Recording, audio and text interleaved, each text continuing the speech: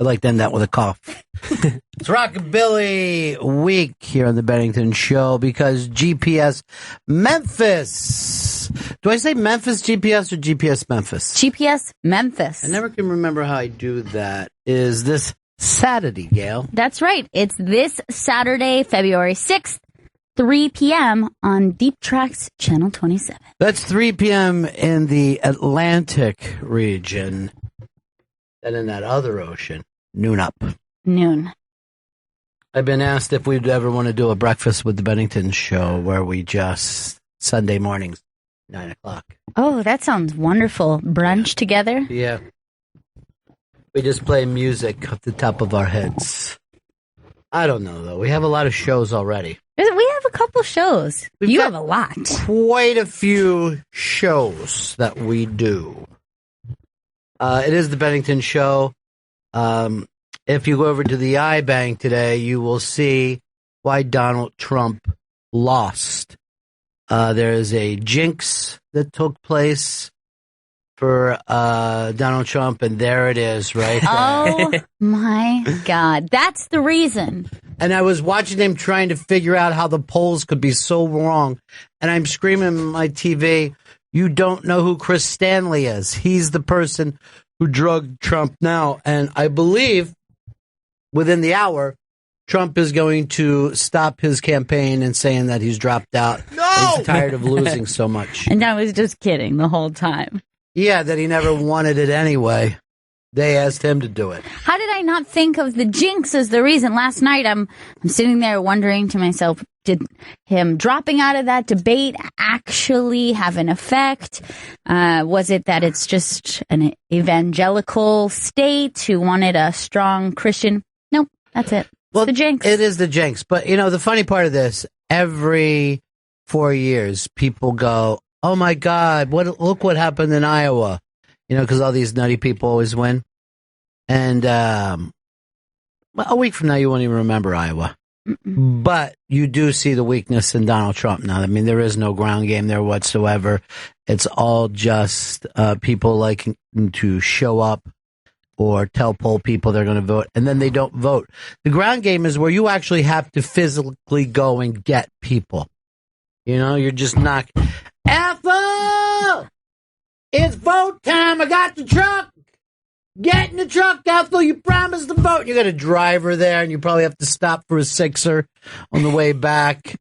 And you need millions of people to do that for you. I need to get back to watching my stories. Because people do not give a shit. Nope. As you could see last night in that ridiculousness that goes on in Iowa, which, by the way, why do they get to be first every goddamn time? Yeah, they think...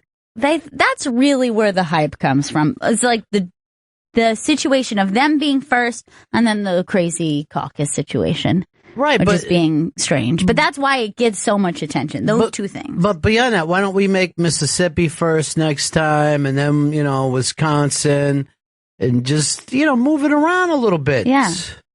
Why is it always the same two states? And then they say, like, we set the tone for the whole thing. Why? Why do you set the tone for the whole thing? There's nobody needs you to set the tone. When you're up in New Hampshire, you can't go into any place without seeing presidents with the fucking owner. It's like Robert De Niro when you're in an Italian restaurant. You will always see. I walked into an Italian restaurant, did not see a picture with Robert De Niro. And I'm like, I got to get out of here. This place must be awful. This place has got to be hideous. There's a big birthday today that we're celebrating, as well as all the groundhogs didn't see their shadow, or they did see it, or whatever brings spring on. But it is a nice warm day. Tomorrow's going to be 60 in the city. This is February, folks. This is really weird. There was no reason to discuss this with a groundhog. Oh, yeah. You don't need a groundhog. That's for sure. It's clearly spring. They could have brought a small deer out or a panther, and we'd still know that it was spring. That would be great if just one day they just, you know, they go to get the groundhog and a wolf is just carrying its bloody carcass. Damn it! Kids, that's nature. Phil? I know you're upset, but you're looking at nature right now. You know when they say nature, nurture? I say give me both. I want them both. You want nature to nurture you. But Carla Finch has let us know that it's GVAC's birthday today. Happy birthday. Oh, yeah, he's 106 years old. Happy birthday. Yeah, it's great. Wow. He's 106 years young, is what I should be saying. Carla Finch seems to be the keeper of the birthdays. She knows whose birthday it is and whose birthday it is. And She really does. Could there be a Santa Claus's birthdays? If there was, it would be Carla. I never know when anybody's birthday is. Yeah, me either. I don't know, like a couple. There's so many times I've called my parents and I heard, oh, you're calling for my birthday. And I'm like, yep. I sure am. Present's going to be a couple days late. That's why I'm calling you now. What is it that you like?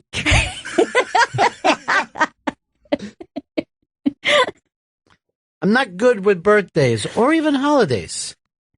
Yeah, I'm also I flip numbers around a lot of times. So Yeah. I even like my closest friends, I'll remember like some of the numbers, but not in the right order, which isn't helpful for birthdays. That's good, yeah. So you're 72 years old. God forbid there's a 6 or a 9. Well, Those are going to get flipped.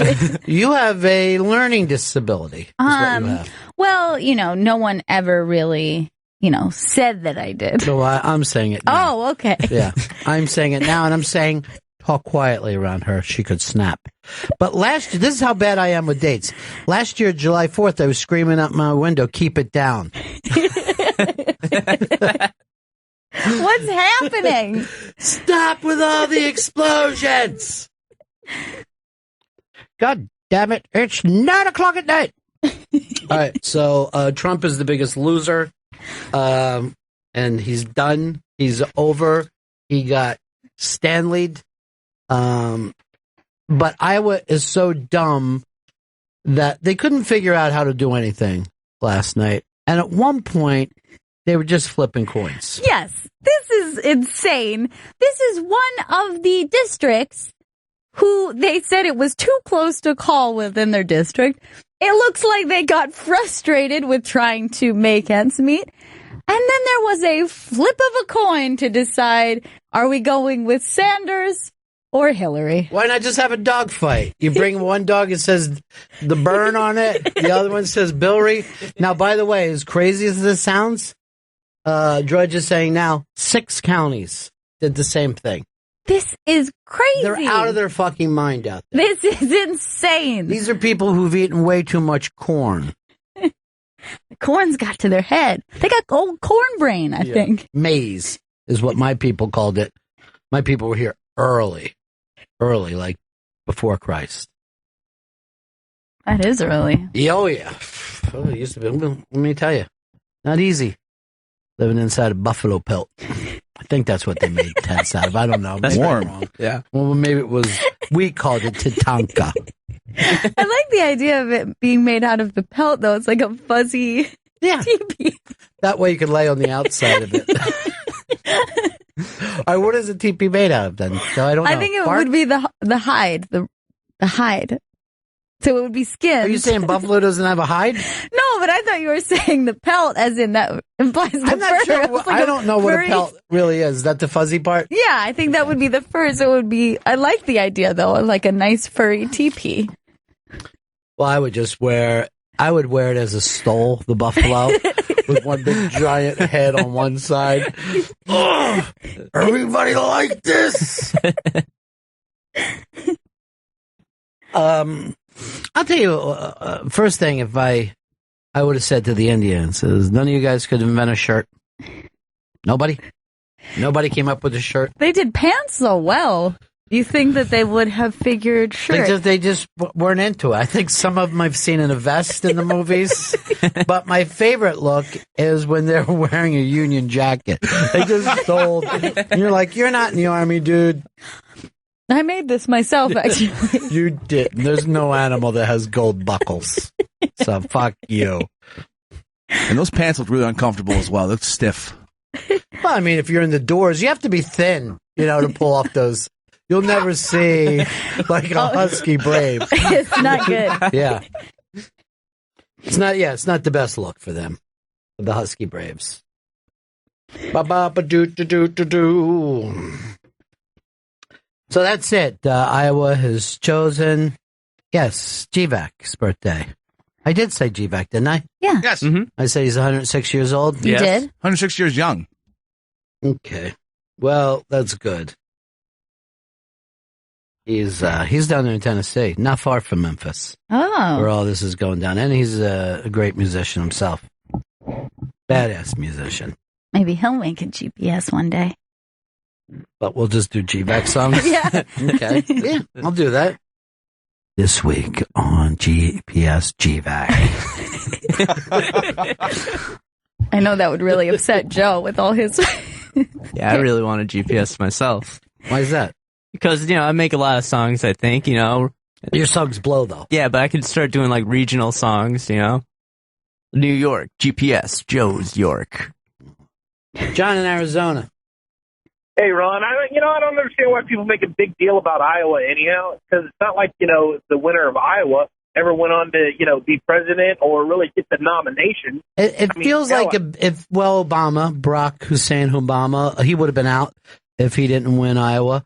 But it feels like a big deal until New Hampshire. So you have a week of it, and then New Hampshire, and then you will completely forget about Iowa, and hopefully we'll forget about Ted Cruz. His brother's a great actor, but I don't care for him. Neither does his Ronald daughter. Reagan didn't even win Iowa. He wound up, becoming president. Wait, Ronald Reagan. Let me count Didn't this win the up. caucus.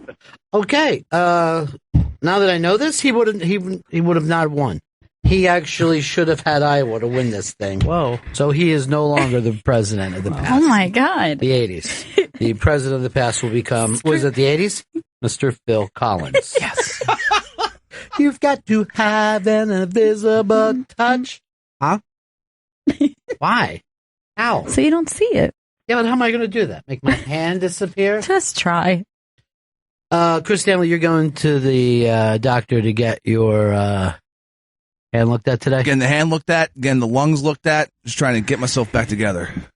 What if he tells you to stop the 2-pack a day habit?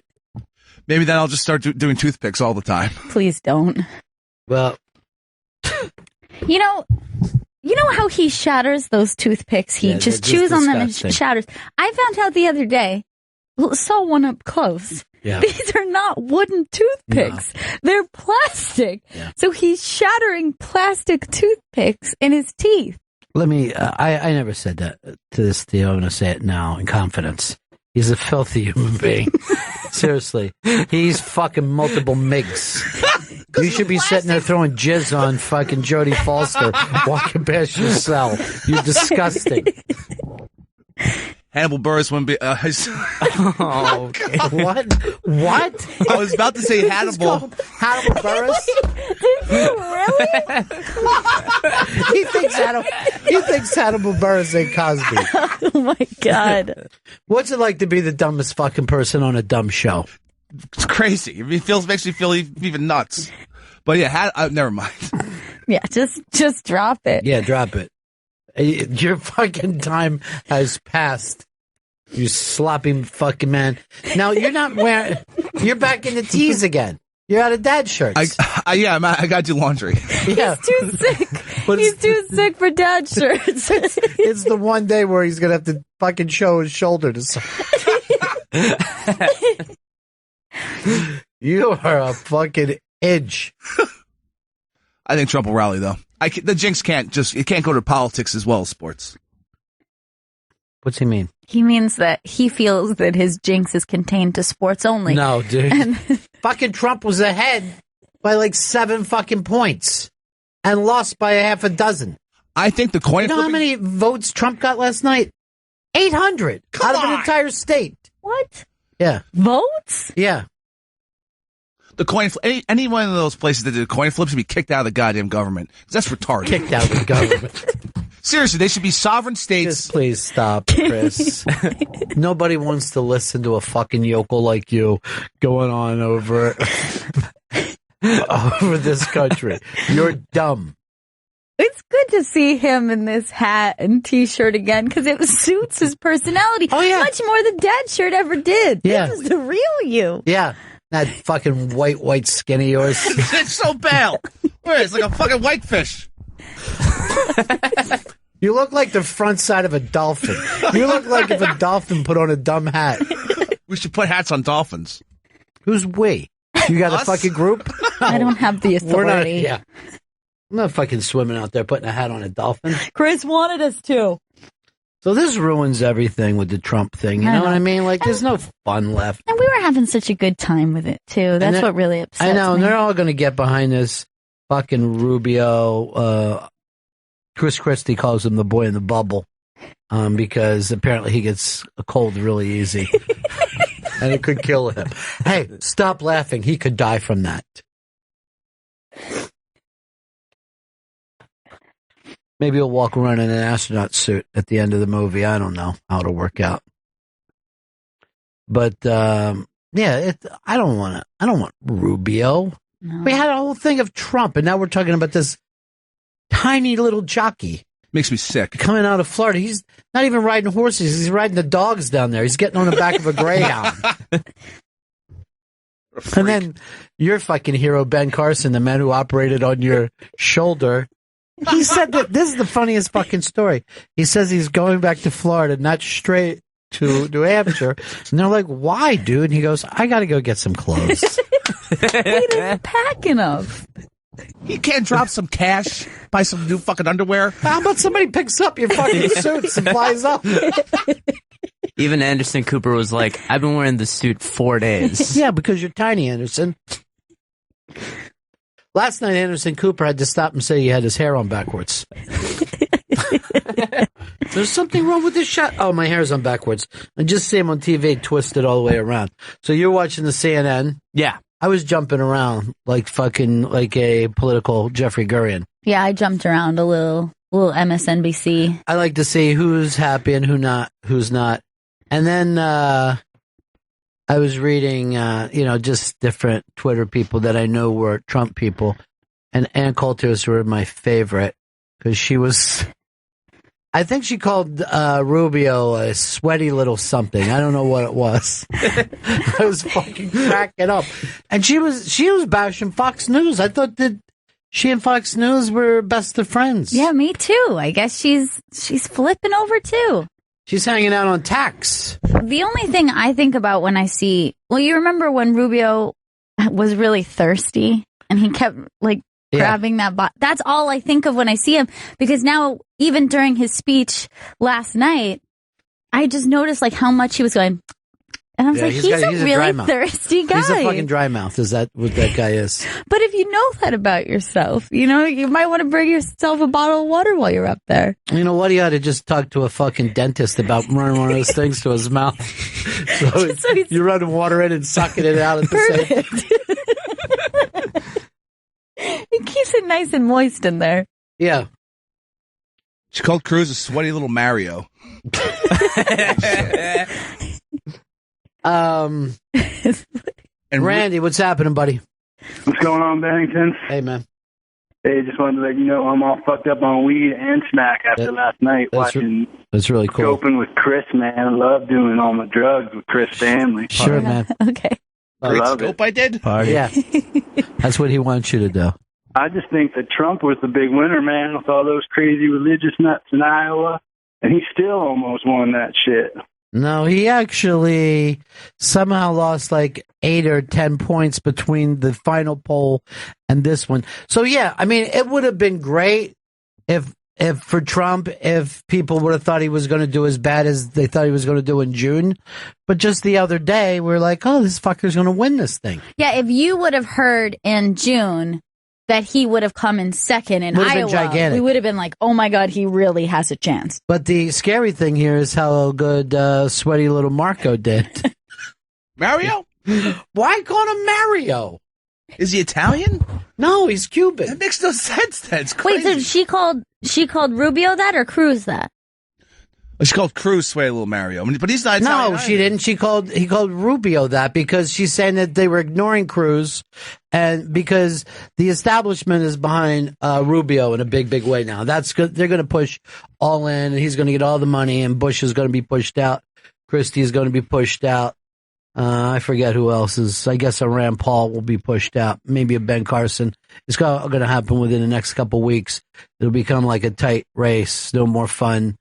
18 people on the stage at the same time. That's always the best. Wow, I didn't realize that Jeb's percentage was the lowest. Yeah, Jeb. Basically, anybody who would have went to Jeb went to Sweaty Little Mario. And that's copyrighted by Ann Coulter. But so those kind of stories were fun last night. But for us, if Trump is not a winner, what is he? He's a loser. There's no sense of even being involved in this. And all he talks about is winning. Yeah. So you can't be upset. You can't make fun of everyone else for being in second, third place, and then you come in second place and have the same attitude. Yeah, it's not fun.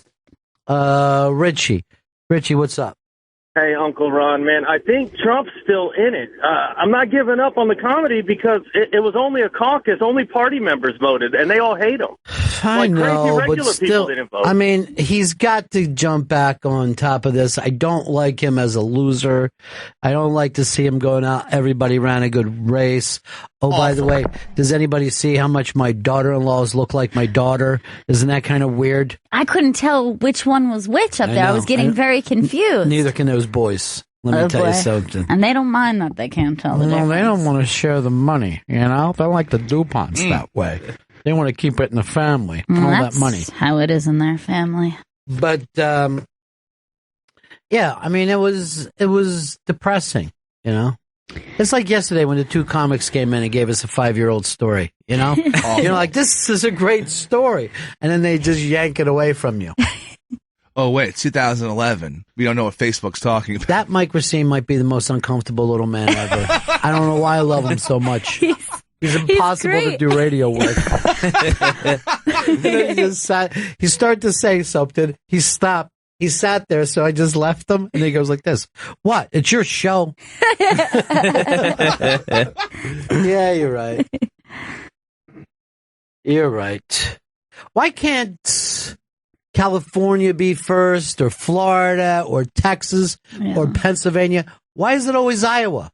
It's not fair. It's just dull. It's just dull. Everyone should have a chance to be first. I think it should follow the Super Bowl, wherever that is that year. Just have the media go to one place. It's not as confusing. Wait, or whoever wins the Super Bowl also gets, but that can only happen on certain years. Right. Or we should start and play the Super Bowl every 4 years. I think it would be more exciting then. I'll be going crazy. So that I've been fucking waiting for this. Oh God, this is great. Wait hard. I don't even know if anyone. And then they ran Super Bowl Media Day, became Media Night, and they ran at the same time. And I would click over, and I'm like, I can't watch Peyton Manning. You know what I mean? I'm trying to figure out what's going on in Iowa. You can't bring me everything at the same time. Yeah, I'm like having to split my attention. It's bad enough that Hillary was giving her speech at the same time Cruz was giving his speech. She said she won. Come on, you guys can wait. You did that on purpose. That's what they were saying. They were saying Hillary hadn't won. They were going to count it all up, and the whole thing was her daughter was going to come out and say something nice, then her husband, and then they were going to bring out Hillary. Instead, she just walks out without being announced. I'm glad I won this. All right, I'm leaving. I don't want to get caught in this snow. I'm going to New Hampshire. I'm winning there, too. And then just fucking left like Stone Cold with her fucking crack 2 beers. She fucking giving stunners all over the stage. Hillary! Drinking 2 beers and slapping them together. That's Hillary. Then Bernie came out and he goes, it's a virtual tie. Right now, the voters are out there trying to make the democracy happen. And it's just like, oh, dude. Please fucking pump it up a little bit. Really, Bernie? It's democracy a coin flip? You should have been attacking those people. Like, seriously. We're done. Fucking Jew-hating bastards in Iowa. You know that he is the first Jewish American ever to get any delegates in the history of the United States. Wow. Yeah. That's incredible. I know. He should have said this, not bad for a Jew from Brooklyn. Am I right? I'm going to leave here and go somewhere where I can get a bagel. At least 3 times he said Iowa. Iowa. Everybody here in Iowa, all you corn eaters know what I'm talking about. Hell yeah! Carlos, what's up? Hey, Ronnie B. Hey. I just wanted to comment on the caucus last night. Donald Trump did great for 2 reasons. Number one, he didn't have a ground game. And number 2, he's not a holy roller. And that's the only way you win in Iowa. You have to be a holy roller, and you have to have a strong ground game. No, I understand that. His big problem was this. First of all, it's his job to have a ground game. You know what I mean? Like, you can't... you've got to put it together. In politics, Iowa is a very, very hard state for an outsider. We all like agree, Trump to win. except for he was leading in the polls this time yesterday. That's right. The fucking problem. The problem wasn't that he came in second. The problem was that his shock that he came in second, and now he looks like Mike Tyson getting knocked down by Buster Douglas, and he stopped being the unbeatable Mike Tyson after that. You know, once he got knocked on his ass, it seems like a lot of people could knock him on his ass. He's going to do great in New Hampshire, and the key place is South Carolina. That's why Fox News is pushing Rhino Rubio, because they want him to take South Carolina. And I'm telling you, if Trump does not stop him from getting second in Iowa, second in New Hampshire, and he goes on to South Carolina, it's over for him and it's over for Cruz. So I would suggest that if Cruz and Trump make up, get first and second in New Hampshire, and then somebody coalesce in South Carolina to stop Rubio. Hold on, I'm patching you in right now with the Trump headquarters so we can make this happen. I definitely... I hope he hears your show. It's a great show. I am going to be so bored and disappointed if Rubio is the guy running this. Rubio is bad news. Yeah. I don't want him as president. He's the GOP establishment Obama. That's the Obama of the GOP. I don't want him. All right, so Carlos is telling us what's happening. We got to make this thing happen right now. Right now, I saw a thing this morning. Trump has not tweeted in 12 hours. Oh, God. I know he doesn't drink, but he probably was up just fucking eating cupcakes and yoo-hoos all night. Yeah, during Rubio and Cruz's speech, both, the only thing I could think of is, oh, is this what we're going to end up with? Just like a regular dullard, you know, somebody out there talking about the same shit. We were having as always. fun. And yeah, it was a great time. But those times are gone. We're back into boredom again. It'll be Rubio and Hillary just boring the shit out of us. We definitely wanted Trump and Bernie Sanders. Yeah. Was it all smoke and mirrors? Was it all just a bunch of bullshit with Trump? Dude, do me a favor and burn the fucking hat because you're the jinxiest jinx that ever jinxed anyone. Somebody wrote in that you ought to join ISIS so we can finally crush them. God, you're bad. You ruined football season, and now you're ruining the election. I didn't ruin football season. Yeah. I ruined my football season with the bad betting. Good. The only thing that makes me happy is that while you're destroying us, you're destroying yourself. Oh, God, yeah. That's the only plus. You ruined the Bengals ground game. Now you've ruined Trump's. I didn't know that Joe hated you. Yeah. It's probably from the text I sent him after the Vikings lost. Ha, ha, ha, ha, ha, ha, ha. That's probably the turning point. Speaking of texting, me and Eastside Dave were just harassing Earl all last night because Earl still blocks Dave on Twitter. Come on, Earl. He blocks Dave on Twitter? Yeah. I thought they were buddies. Dave brought up that he talks about apple juice too much. So we spent all night. I got to get Earl back in here. He was explaining to me how busy he is with his nonprofit. I go, the other nonprofit work you used to do was radio. Now, why is he talking about apple juice so much?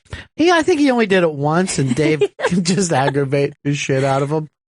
Oh, look, don't go to his Twitter's. Look, he just go up higher. He takes a picture of a shadow and acts like it's art. I see that all over the place. I know he's like a groundhog. I made him think if you see the streetlight shadow, you got 6 more weeks of welfare. That was the cheapest joke I've ever done. That was the cheapest joke I've ever done, and I'm not happy about it. But we got to get together with Earl again. I don't think is he allowed back in this building, or they're just hesitant? They're always hesitant when they're nervous. Yeah. There's extra security that day. Leeds said to me once, "You ought to look in to get him some kind of psychological help." You might even making that up. Really? Yeah. But what was he doing to Leeds? The Leeds would have to say that. He comes in if he goes into Leeds' office, he spends 4 hours there. You know what I mean? He does that with everybody. The number of times he's followed me home from this place, just walking and talking the whole way. Paul Butterfield was an amazing player. I know he was, Earl. Fucking know it.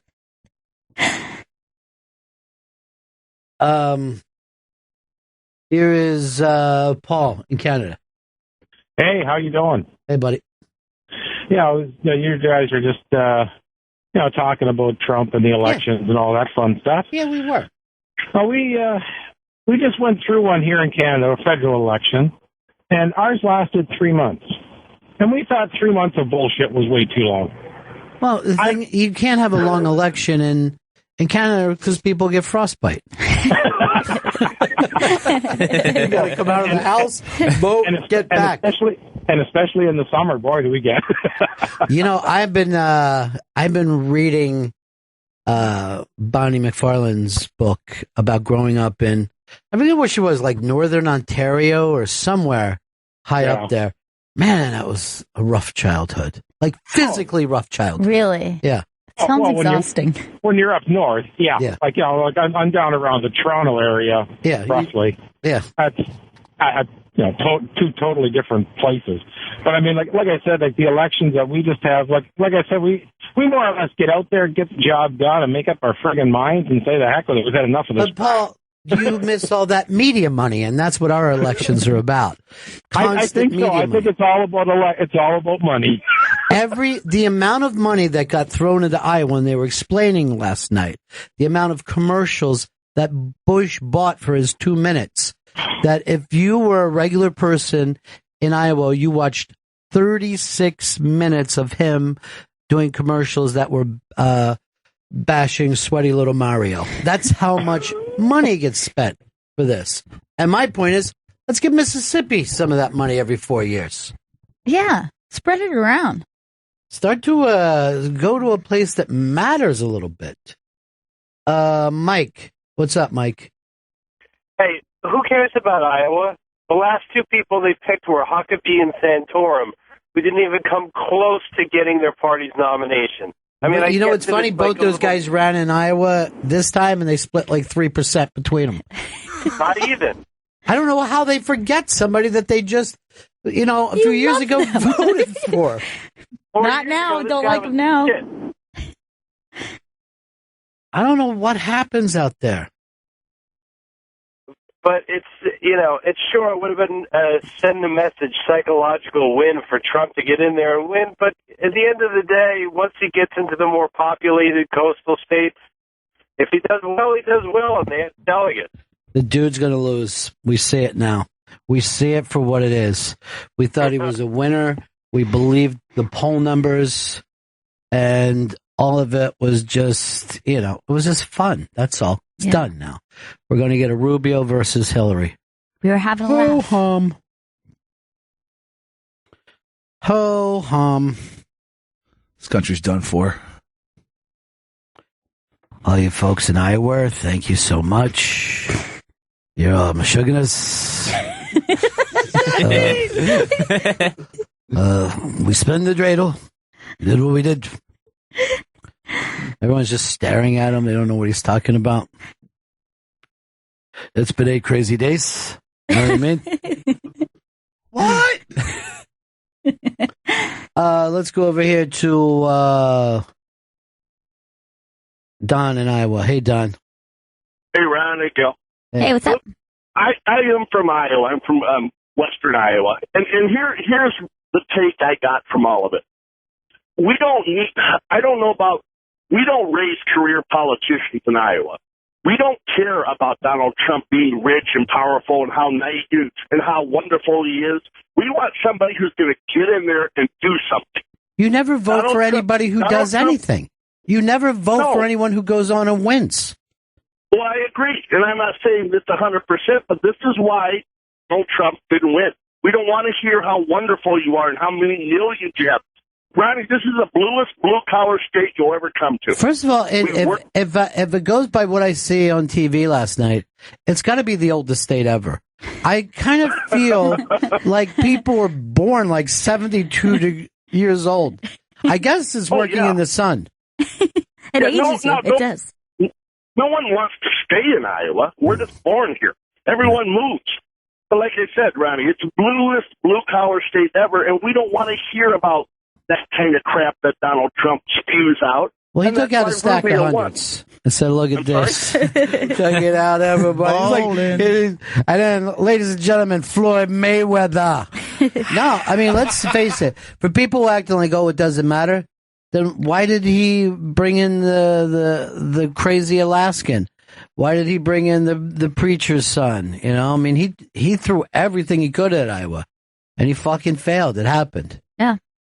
It wasn't for lack of trying. No, he got punched in the nose and he went down on his ass. He's a man, a mortal. Yeah.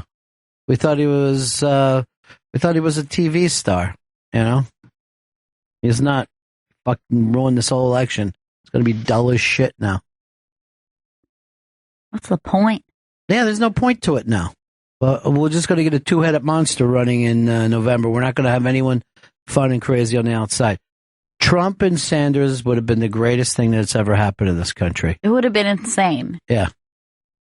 2 total wild men. Yeah, from different... And complete... As far away, far away as you can get.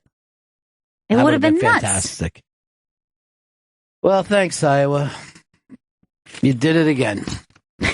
You shit in the face of the American public. Thanks for the shit. Tastes good. Well, you didn't have to eat it, Chris. Just hit your face. And that's it. That's what. Oh, this is weird. I had this fucking dream. I've never had this dream before that I was on a telephone. Have you ever been while you're dreaming? That's the first time you've had that? I've never been on a telephone in a dream. It seems so crazy. So here's the thing. Molly was trying to call me from Boston or wherever the hell she lives, and I couldn't hear her correctly, like it was breaking up. And in my dream, I was going, Molly, are you okay? Molly, I can't hear you. Call back. And then I woke up and I go, and it was like even my phone now, and I had earbuds in.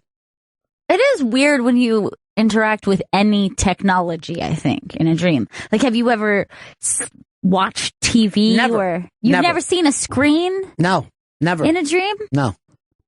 No. Actually, I've never even do anything that makes even the slightest bit of sense in the real world, which is why I don't know why I always don't go. It's a dream.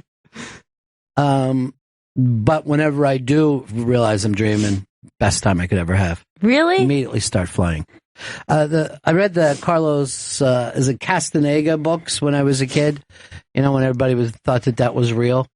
And there was a thing like if you keep looking at your hand in a dream, and if you focus on it, then you have the full kind of power to do whatever you want in a dream.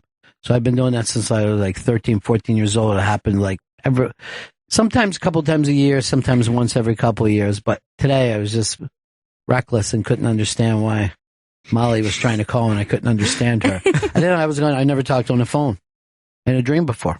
That's strange. I feel like I have often interacted with technology.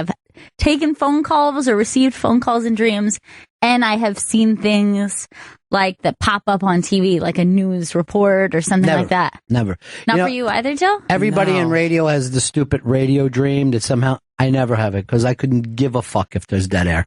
You know, even when I started radio, I'm like, what's the worst that could happen? The show sucks. So what? These other radio guys are like, oh man, I had the dream. I was up all night with it. The record was running out and I couldn't get, like, who gives a fuck? I have the dead air dream when I'm running board. Of course you do. All the guys with no talent have the fucking dead air dream. I've never had it. I've never had it once. Man, Joe fucking owns you today. He belongs in this room. I belong in that room. I'm just sick. I don't know. You're fucking sick, all right, but in the head. Oh, yeah, but also physically now. Why are you having your lungs looked at? Just because my throat's very swollen when I wake up, and I'm starting to get a hacking cough, so I got to take a look at this thing. It's a problem. Do you think it's coming from the lungs? Yeah. You're coughing up your cancer, probably. Whatever. I can cough. Wait, you think I have cancer? Why wouldn't you? If you don't have it, then no one does. It's a false fucking disease. You always hear about like 100-year-olds, like I smoke a pack a day or whatever. That's why yeah, the only ones that are still alive.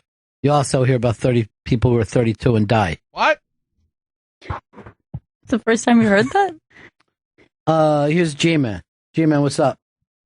Hi, buddy. Hey, buddy. Hey, Ronnie B, I'm making an anniversary trip to the city here in a couple of weeks, and I was wondering if I could buy the gang lunch. Well, let me put you on with Mr. Stanley, see what our schedule is. I like the idea of what you're talking about, though. You know, speaking my language. Yeah. Lunch? Hey, Ronnie. Yeah. Pepper's order has one fucking condition on it. What's that?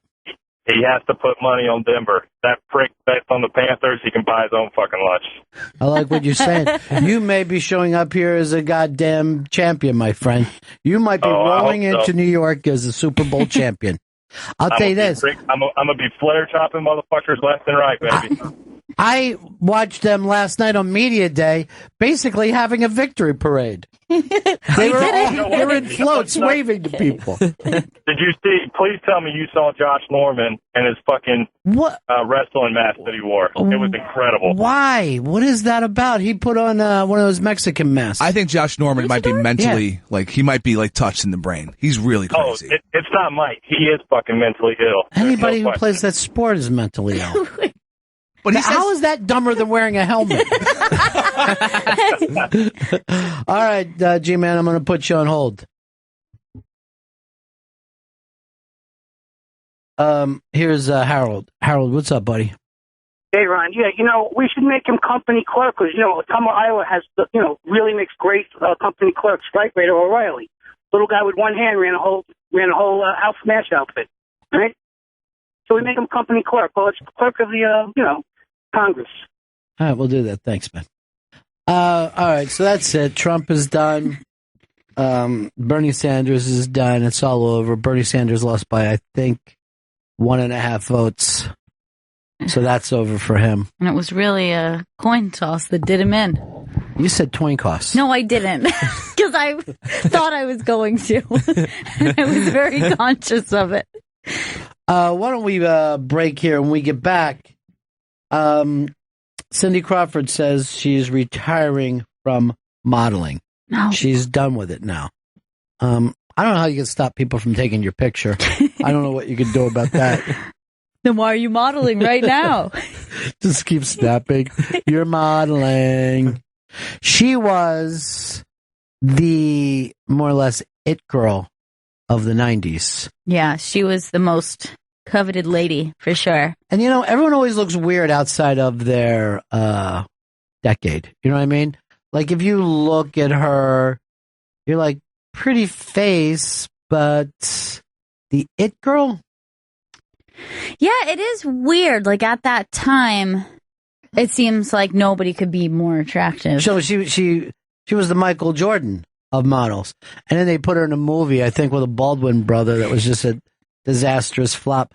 But, like, put on the Pepsi, Super Bowl Pepsi commercial, and you will see, like, a pretty girl, but not as crazy as we were going in the 90s. Right. I mean, we just went batshit for her.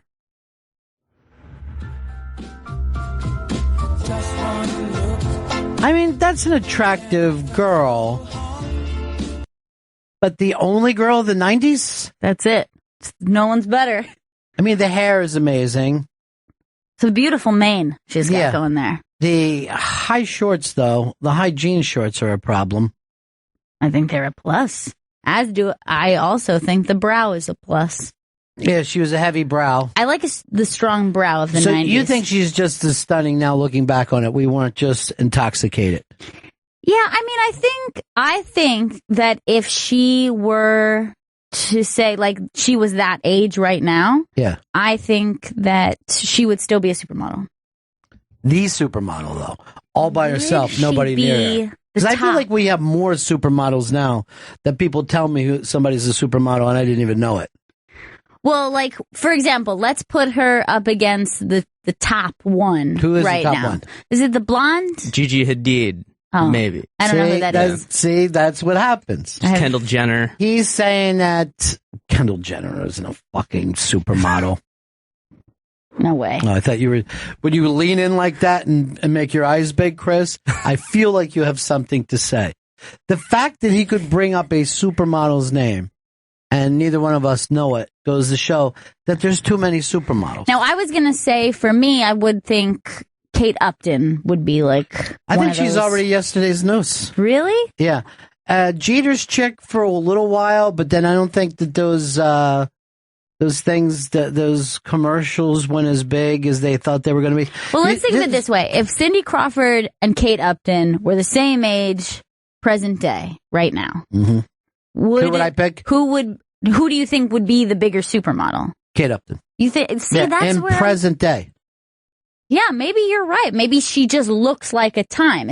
She looks like a time. That's exactly right. It's almost like a joke. A joke in the 90s doesn't necessarily get a laugh today.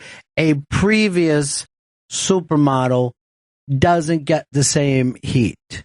Right. All right. Now, I'll give you an example.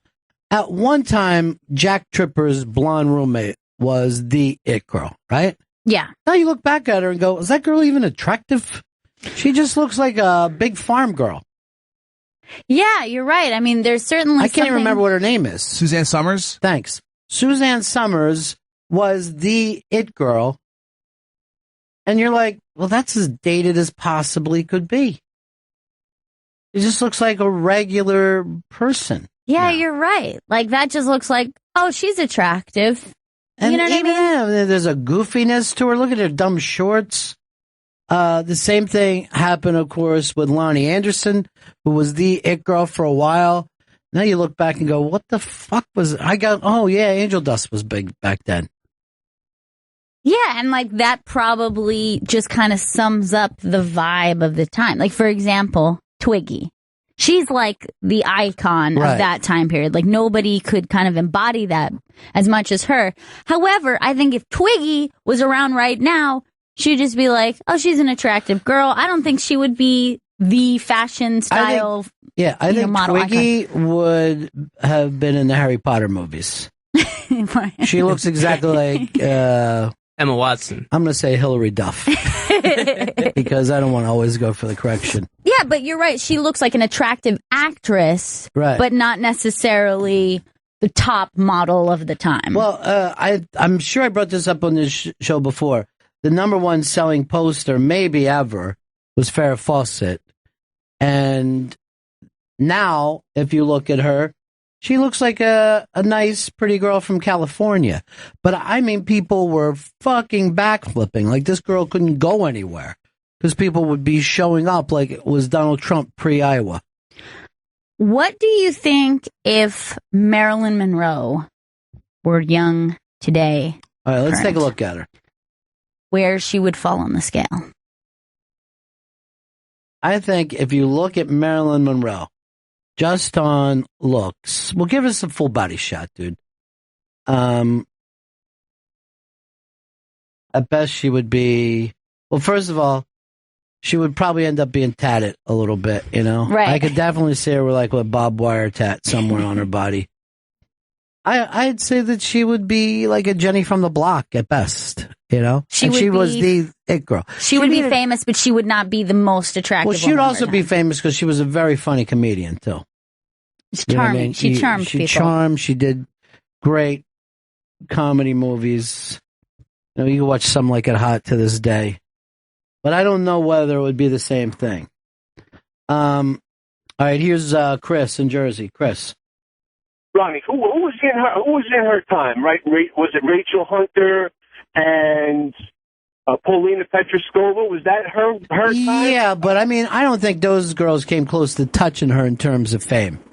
Yeah, because she was more corporately created than those two were, and quite frankly, Heidi Klum is probably the longer-lasting beauty. I saw a Larry Sanders, right, from the 90s, where he said Heidi Klum was on the show, and I think he just said the Victoria's Secret winner, and it was like Heidi Klum. It was so weird. That's so bizarre for me to see. But she was after. Yeah, she was definitely after. But at the time that it was Cindy Crawford, it was all. Now we saw Cindy Crawford not too long ago. She's still very, very attractive. She's stunning. She's still incredible looking. Right, but when you think she was at the top of it all, I think it's just like a joke. It doesn't necessarily go to the next generation. No one gets it that way. Like when people would say Betty Grable, you're like, oh, I see, pictures of my grandmother when she was young. Kind of look the same way. Everybody looked to me like they were Betty Grable. Well, we talked about this like a couple of days ago, looking at Lillian Gish. And Lillian Gish was like completely the most attractive, biggest movie star, and thought to be stunning. You would want to look like Lillian Gish. You would want to style your makeup and your hair like. You know who she looks like to me now? Kind of like Johnny Depp. Like if Johnny Depp just started to transit up a little bit. Right, because it's already with the white makeup and the black eyeliner, so it makes sense. But yeah, I mean, even her facial features, her mouth, her chin, that's not anything that you would put at the top of being attractive the way present day people think about what an attractive woman looks like. Paul, Della who, Della what, Delaware? Yeah, Ronnie B. Yeah. I got a good one for you. Kate Moss. She's still on top of things today. Well, Kate Moss is not considered the it girl today. She was the it girl of around late 90s, turn of the millennium. And now like everyone's like, oh, you didn't know she was fucking high the whole time? She was a junkie with problems. She's been coasting, I think. After they caught her on video doing coke, everyone was like turned on. Yeah, her. Like being like running the 100 meters, I don't think you're supposed to have a long career as the it girl. The it girl, and that's why I say like Kate Moss. I'm not Kate Moss. Kate Upton. Kate Upton 2 years ago was all anyone ever talked about. She went back to back on those things. Another mistake she made a fucking movie. Don't make a movie if you're an it girl. Stay mysterious. Don't start talking to people. Same thing happened to Brooklyn Decker. She was very popular for a while. She was an it girl for a very short time. Brooklyn Decker is a great example because, and I remember when Brooklyn Decker even came in here, we were surprised that she wasn't, see, a lot of these girls have a tendency, they know how to turn it on and off. Very, whatever that camera magic is. Right. She wasn't turning it on for us here. Dumpy Decker, more like it. She didn't bring it. I'm like, every time you fucking leave the house, you know what I mean? You got to throw the heat. Chris in Virginia. Hey, how you doing? What about Pamela Anderson back in the Baywatch day? Now, Pamela Anderson is a great example because there was a time that, she was a thing. But now if you go back and look at her, of course, she's very pretty, but she also looks like anybody that you would see at a Motley Crue show. You know what I mean? Like she basically looks like exactly what she married, the Crew. But she's very much the embodiment of like her like shape is obviously what everybody was into at the time. Right. Like, she's busty, and that's what everyone was into. Just like somebody having when butts became back in, and then people started to care about that. And Kate Moss was thin at a time where heroin chic was being sexy. Are you saying Jen Selter will not be, that's not a timeless ass? Is that what we're being told? That is not a timeless ass. Just that ass news right there. That ass will fade. I really like that ass. I saw a picture of her where she was right down near my house. Oh, really? Yeah, just the other day. What's she doing? Showing that ass off? Yeah, as a matter of fact, she was. She was walking around in her pajamas. Yeah. Strange. Yeah. But yeah, I mean, that's what everybody's about right now. So you're going to have that be the primary thing you're going to be looking at. For the 50s, it would have been like Betty Page. It was about the hourglass. It was not just about having one or the other. It was about having that busty butt and then like teeny waist. But this is the truth of the it girl, right? Is like you look back at it like you do an old haircut. And you're like, what the fuck was everybody thinking? How like in the last season of Mad Men, they let the guys have fucking sideburn and start trying to comb them. And you're like, what the fuck were you doing, dude? Why would you go from a good look to a worse look overnight? This is what happens all the time. You're like, I don't know why I had that tie on. You just see yourself in a picture and you're like, why am I wearing a clown tie? I got a fucking clown tie on. So, Rich, what do you got, buddy? Yeah, I was saying, if you wanted to see all the it girls from the 90s, just watch George Michael's video for Freedom. They're all there, even Cindy Crawford and everybody. Well, let's, the funny thing is now they're probably all looking back like, what was I thinking with George Michael? GVAC is the birthday boy today, and he says he wants to get the biggest piece of cake since today's his day. But he said a beauty in any era, Bo Derek. Now, Bo Derek came in here, and she's the age that she is now, and personally, I swooned. Having Bo Derek in the room. But if you look back, I mean, that look that she had going was so crazy. Yeah, that's very specific. No one else even dressed like that, I don't think. That's very specific. Yeah.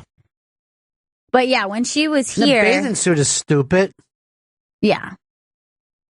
But, for whatever reason, it worked at that time. But yeah, when she was in here, I think it had to do with that kind of mystery where you're leaving that element. Like, there was something that kind of drew you into her personality. Yeah. Like, she was very magnetic. Yeah, and you fall into those eyes. Yeah, absolutely.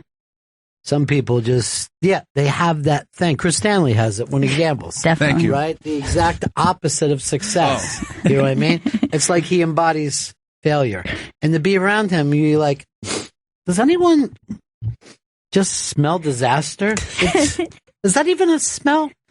The smell of like some kind of monetary meltdown? Can that be smelled? Because I think I just smell it. I smell bankruptcy. How's that possible? Yeah, I'm picking that up. Yeah. I gotta check my stocks. Ryan in Minnesota. Hey guys, I would have to throw out there Chrissy Brinkley as. Now here's the funny thing about Chrissy Brinkley. In the Vacation movie, to me, that was pure beauty. And then Uptown Girl was the corniest, stupidest. I was just like, ugh. When she was doing that stupid dance of Uptown Girl. And I know people still love that song. I don't understand why. But I felt like she gave it away. The mystery of her, go back to, that mystery right there. Yeah. Now again, that doesn't look the same way it felt in the movie. You know what I mean? But in the movie, it seemed like, that's just the most attractive person that's ever walked this earth. Yeah, it's more than you can handle. It's more than you could deal with. Here's Chris in Connecticut. What's up, guys? Kathy Ireland. Oh, yeah. I forgot that was, when I was a kid, that was the one that all the boys were always obsessed with. Now, what did she end up doing? I know she did some movies, too, right? She did do a couple movies. No, I got her confused with an Irish girl now. No, but she did a movie or two, I think. This was, like, look how bad and ridiculous that bathing suit is, though. You know what I mean? Like, she looks like she's put on vinyl. But yeah, I just remember Everybody would boys go in my crazy. class were obsessed with her. She was. But I guess it also has to do with the heat of other people are obsessed with her. You know what I mean? Right, and also that they're being utilized in media all the time. So you are exposed to them, and they're on the cover of every magazine you pick up. But I also think people with dads were like, that Kathy Ireland, am I right, son? Kathy Ireland? Huh? Yeah, me too. You'll be ready for that someday, won't you, son? Yeah, yes. Kathy Ireland? Mm-hmm. You're going to mount her. Now? You're not now. You're not ready yet. Okay. Or doggy style. Don't get me wrong. That's perfectly acceptable. What's that? Or just simply sit on her face. You're son of mine. You better be ready. Dad. Not there. Matt. Strong Island. Hey, Ronnie, do you think that Kate Upton's It Girl status, speaking of like the mystery being ruined, was kind of ruined when all those leaked photos came out of her? Well, Stanley came running in with that before, and he was showing us the pictures. The fappening. The fappening, and that was before. Did they never arrested anybody for looking at those pictures, right? No. I referred to that. Pussies. I referred to that as the fappening, and your phone screener had no fucking clue what I was talking Well, he's got his own scene that he's into. Love the show. All right. But what was weird about those fappening pictures is the way they just look like anybody snapping a dumb picture and sending it to their boyfriend. Like, look at it. Like, all right. Like, look, I'm leaning over with the phone up my asshole. You're just like, you're not having a professional fucking shoot. Does this turn you on? Lighting. Just someone standing in front of the shower, with a picture of that they took in the mirror. If I was Kate Upton, I would just send already done photo shoot. Just like, look at this. Yeah. You've seen this before, right? This Pretty is the good. real me. You like Verlander? Oh, God. Listen how disgusting Weird. he I don't think she sounds. talks like that. I know, but the fact that he goes into baby talk, it makes me feel He does like, it a lot. You know what? too. Every time he does a baby talk, there's a fucking stillborn. That's what Chris. Please stop doing it. That's then. what a jinx that prick gets. He's You take off that fucking hat and put on a Ben Carson. Never. Like my beautiful Ben Carson. Who gave this to me, by the way? That was Pit Doc. That's hilarious. That's the doc. Every day I use the Ben Carson mouse pad with the slogan, "It's time to call in the doctor." Seems like a WWE thing. John, what's up, buddy? How about Morgan Fairchild? All right, that's a really good one. This is the kind of early 80s, and she was definitely glamour at the time. She was a lady. Yeah. And now she just seems like a woman who you went to school with her son. Look at that nuttiness. Why was that gigantic? Lonnie Anderson had a bunch of heat too, right? Was she a Nick girl at one point? Yeah, I brought her up about 10 minutes ago, Chris. We put up a picture of her. We all get off the floor, Chris. We all looked at her. I'm gonna blow my fucking brains out. Remember, I understand why you missed it. You were sitting right there.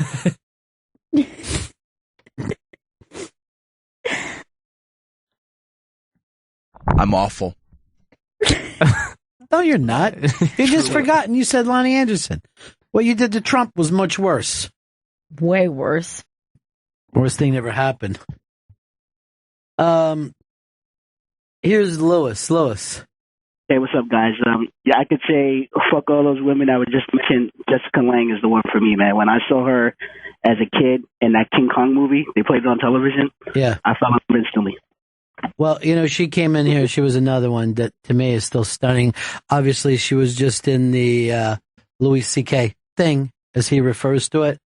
But to me, she, right after this movie is when they sold her that way as the It Girl. And then she went down and became like the underground It Girl, which there's always an indie movie It Girl, too. Yeah, that's its own thing. And they always seem to pop up. It's like a secondary. They're all tiny. Yeah. And they're adorable. They seem deep. They seem deep, but also like they have a chemical imbalance. You know? And we've met a couple of them, and they do. And that's... I don't know. There is something sexual and sexy about a chemical imbalance. Fuck yeah. Now, it leads to trouble. You know what I mean? Worth it, though. Yeah, for you, of course it is worth it, Chris. You'll fucking 5 minutes from now, you're going to bring up Jessica Lange to me. What about Jessica Lange? Man, when that King Kong movie came out, I saw it on TV. I shit myself, and some of this shit got on my balls. That's the conversation that he adds to it, and that's why we don't have the respect of our peers with this show. I'm gonna work on that respect thing. Somebody said to me, they go, I thought you were so talented, then I saw who your producer was. Oh no! Yeah. Really? Yeah, Scott said that. Oh shit, Chris. Is it? Why don't we just call him Piss? Piss. Come on, Piss. How about we call him Piss Stanley? Piss Stanley. Oh, you. It's the dad shirts. I thought that was giving me more respect. It was. Why don't you get a clip-on tie to go with it? I was thinking about buying some ties around the corner at a New York dollar store. It was 3 for $10. And wearing them with that, you know how to tie them? Are they New York themed? Some of them are. I like to see ties with buildings on them. See if they still have the Jerry Garcia tie line. I had a couple of those. At the time, I felt like they were funny. Now I'm just like, you're the joke, dude. You're the fucking joke.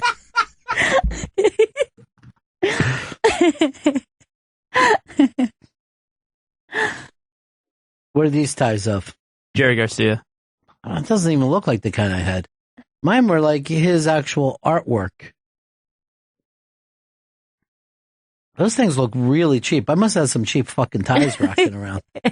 Those things look like 3 for $1. They're pretty cool. Yeah. Now this can't be a real name, but it says it's Logie from Long Island. It's Logie. Who's on the phones today? That is Brooke. Brooke is on the phones because Kashmir is out sick. Probably caught something from you. I hope not. Clearly, that is exactly what happened. You know what I'm calling that? Producer's room love affair. We'll get Brooke to wave hi because you should always meet. You know what I mean? You should always in the morning, like, hey, here's Brooke. Nice to see you, Brooke. You look fantastic today. Thanks for helping. Oh yeah, no problem. You know what? Brooke has my perfect thing, raspy voice. Yes, you have a little grainy. Yeah, you could never have like Debbie Winger had that when I was younger. It was like the best thing ever. And that's why I always tell parents, I go, if you have a baby girl, step on his throat. Yeah. You know what I mean? And then rough it up a little bit. Yeah. For me, the perfect person would be Rod Stewart with some tits. Yeah. Or John Waite with a really great ass. Or just Bryan Adams. Nothing else. Don't change a thing. When Bryan Adams comes in here, me and Chris brings him in too early, so we're all just sitting around. So he says to us, he's from Canada. He goes, "You having a laugh?" And we're like, "You mean like the English people say?" "No, not really. We're just sitting here right now. Gotta have a laugh." Okay, Brian. I guess so. All right. Here is Michael in Philly. How you doing? I don't have anyone to mention, but I've heard or read that it's more of a function of the media on which they're represented. Like the Charlie Chaplin age was the expressions, and then the 40s and 50s was black and white. They have the perfect angles, the brows, the nose. Even Joan Crawford, or who was the other one, Katharine Hepburn. Yeah. And then the Technicolor was Marilyn crossed over from the black to the color. And then even Doris Day was pretty there with the glowing skin. Yeah, I don't know. And fast forward to Angelina Jolie being very recognizable on a tiny screen or a thumbnail photo. This is very interesting. I don't know whether I agree with it 100%. She's got the lips and the eyes, and the the bomb of a figure. Where was this article that you read, Michael? It was years ago, but it just stuck in my brain. Go out to your garage, keep looking around till you find the article, and then mail it to us. But I kind of agree with what you were saying, because, you know, when you get into that Anne Margaret, Raquel Welch thing, now if you look back, it almost looks like they were related. You know what I mean? Like there was a certain look. Yeah, that's very true. God, Anne Margaret was stunning. Yeah, well, because she looked like Elvis. I mean, that's all fucking guys want it. Elvis with a hot female body.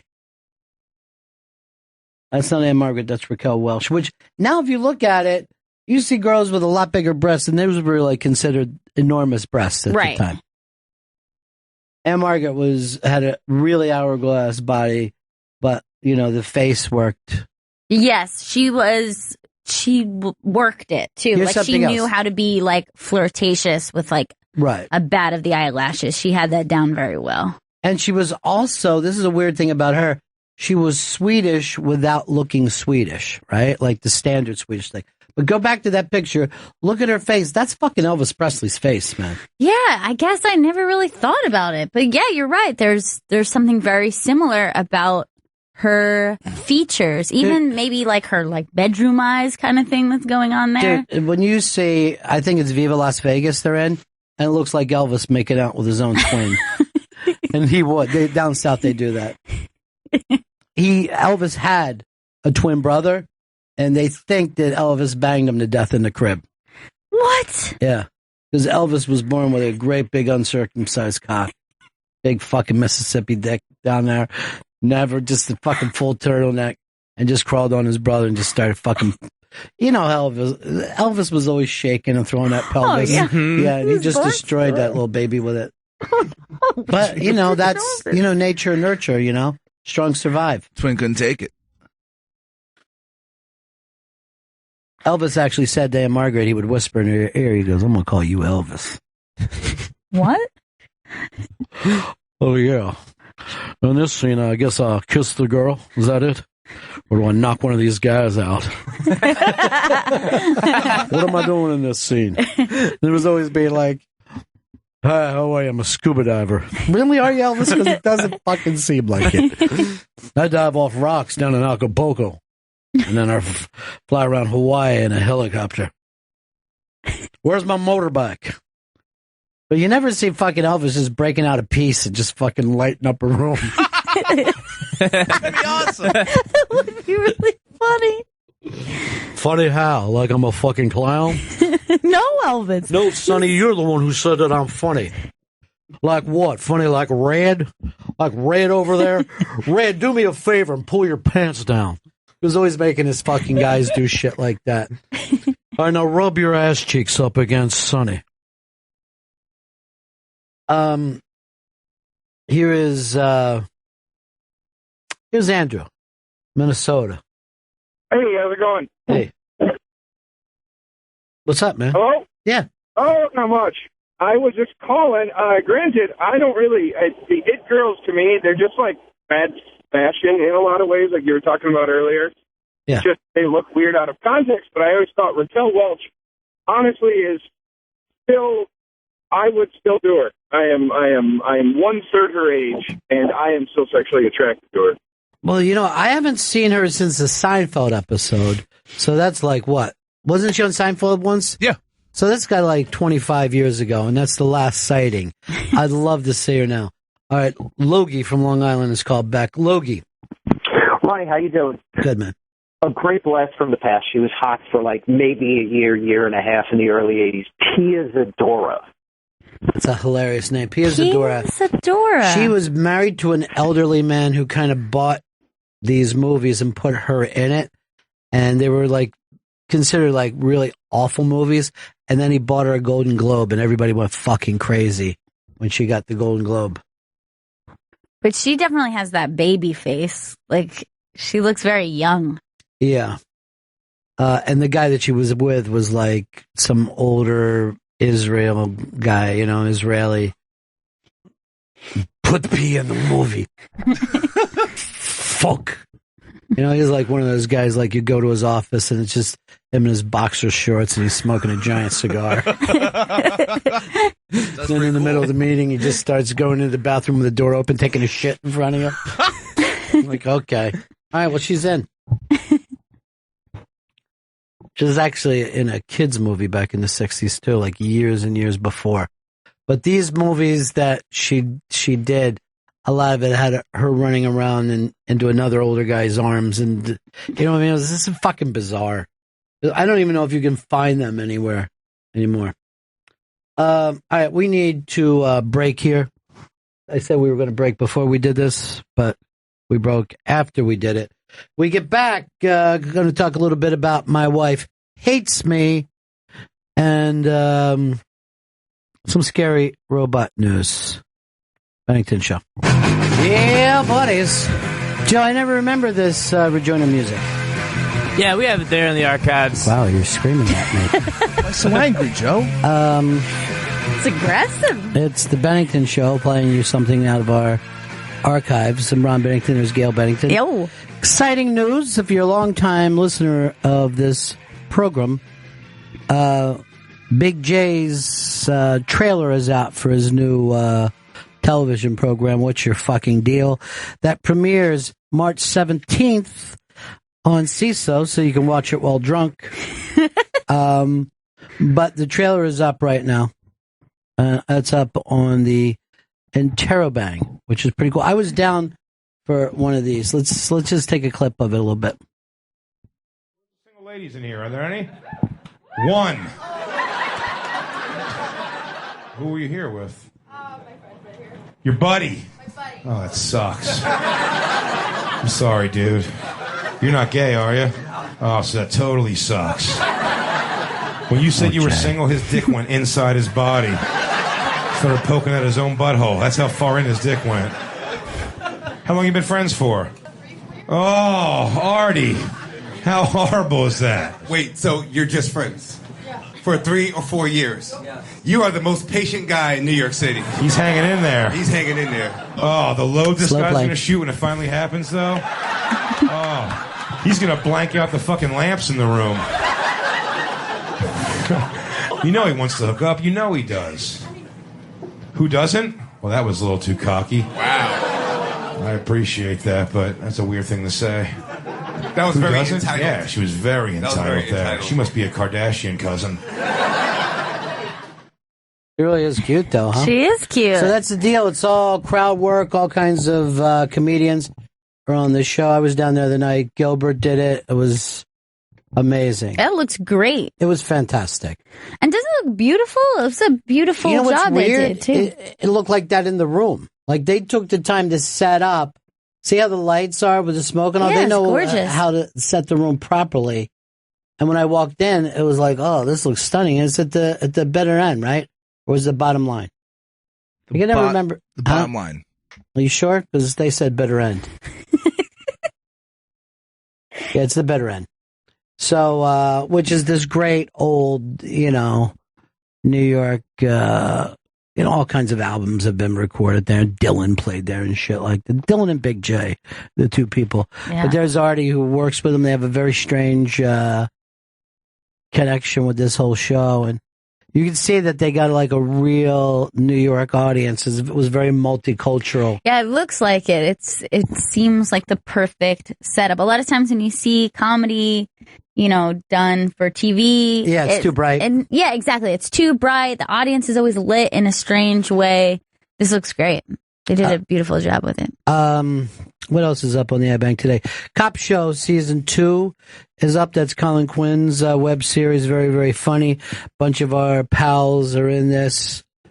Jim Norton plays. I'm not going to give it away, but just say a certain bird. I'll just leave it at that. Because I don't want to say what the bird is. Don't say. But it's great, and Colin's funny, and it's got Chris Gethard, of course, Chris Rock, Danny Aiello, Nick DiPaolo. Really, really cool. It just seems like Colin is always doing something that's cool. Because he's cool. Voss and Bonnie are in it. And that sets us up to talk about, My wife hates me, and it's very, very exciting. I'm going to go down and do that with them next week, and our whole gang is going to show up, everybody. But I think Joe Yeah. is not showing. No, I'll be there. Oh, really? Yeah. You're coming to My Wife Hates Me Valentine's Day special, which is hosted by Ron Bennington. Hi, everybody. I'm here to There save he your is. marriage. And that is this Tuesday, February 9th at 8 p.m. Doors at 7 p.m. So that's 1 hour before. Go to comedycellar.com for tickets. Great.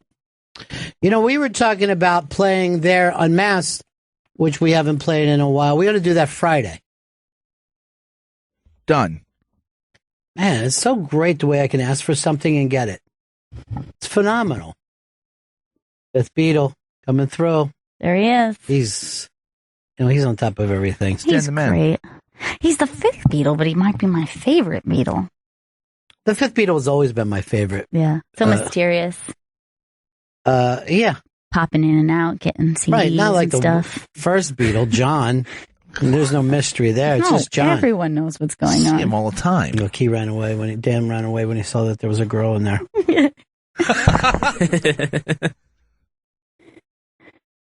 Look, you want to come in, Dan? You can come in. Come on in. There's Dan. Looking good today. And you're allowed to come in. Have a seat. Now, what happened? You went in there, just to get some stuff? Yeah. I had to grab the CD so, the lovely people can listen on demand later. I like the fact that you think them as lovely people. Yeah, I thought maybe that you went in, thought you were going to hang for a while, saw that there was a girl in there and took off. I had to flee as soon as I realized that, yeah. She's very attractive, although, Joe, you're single, right? Yeah, I'm single right now.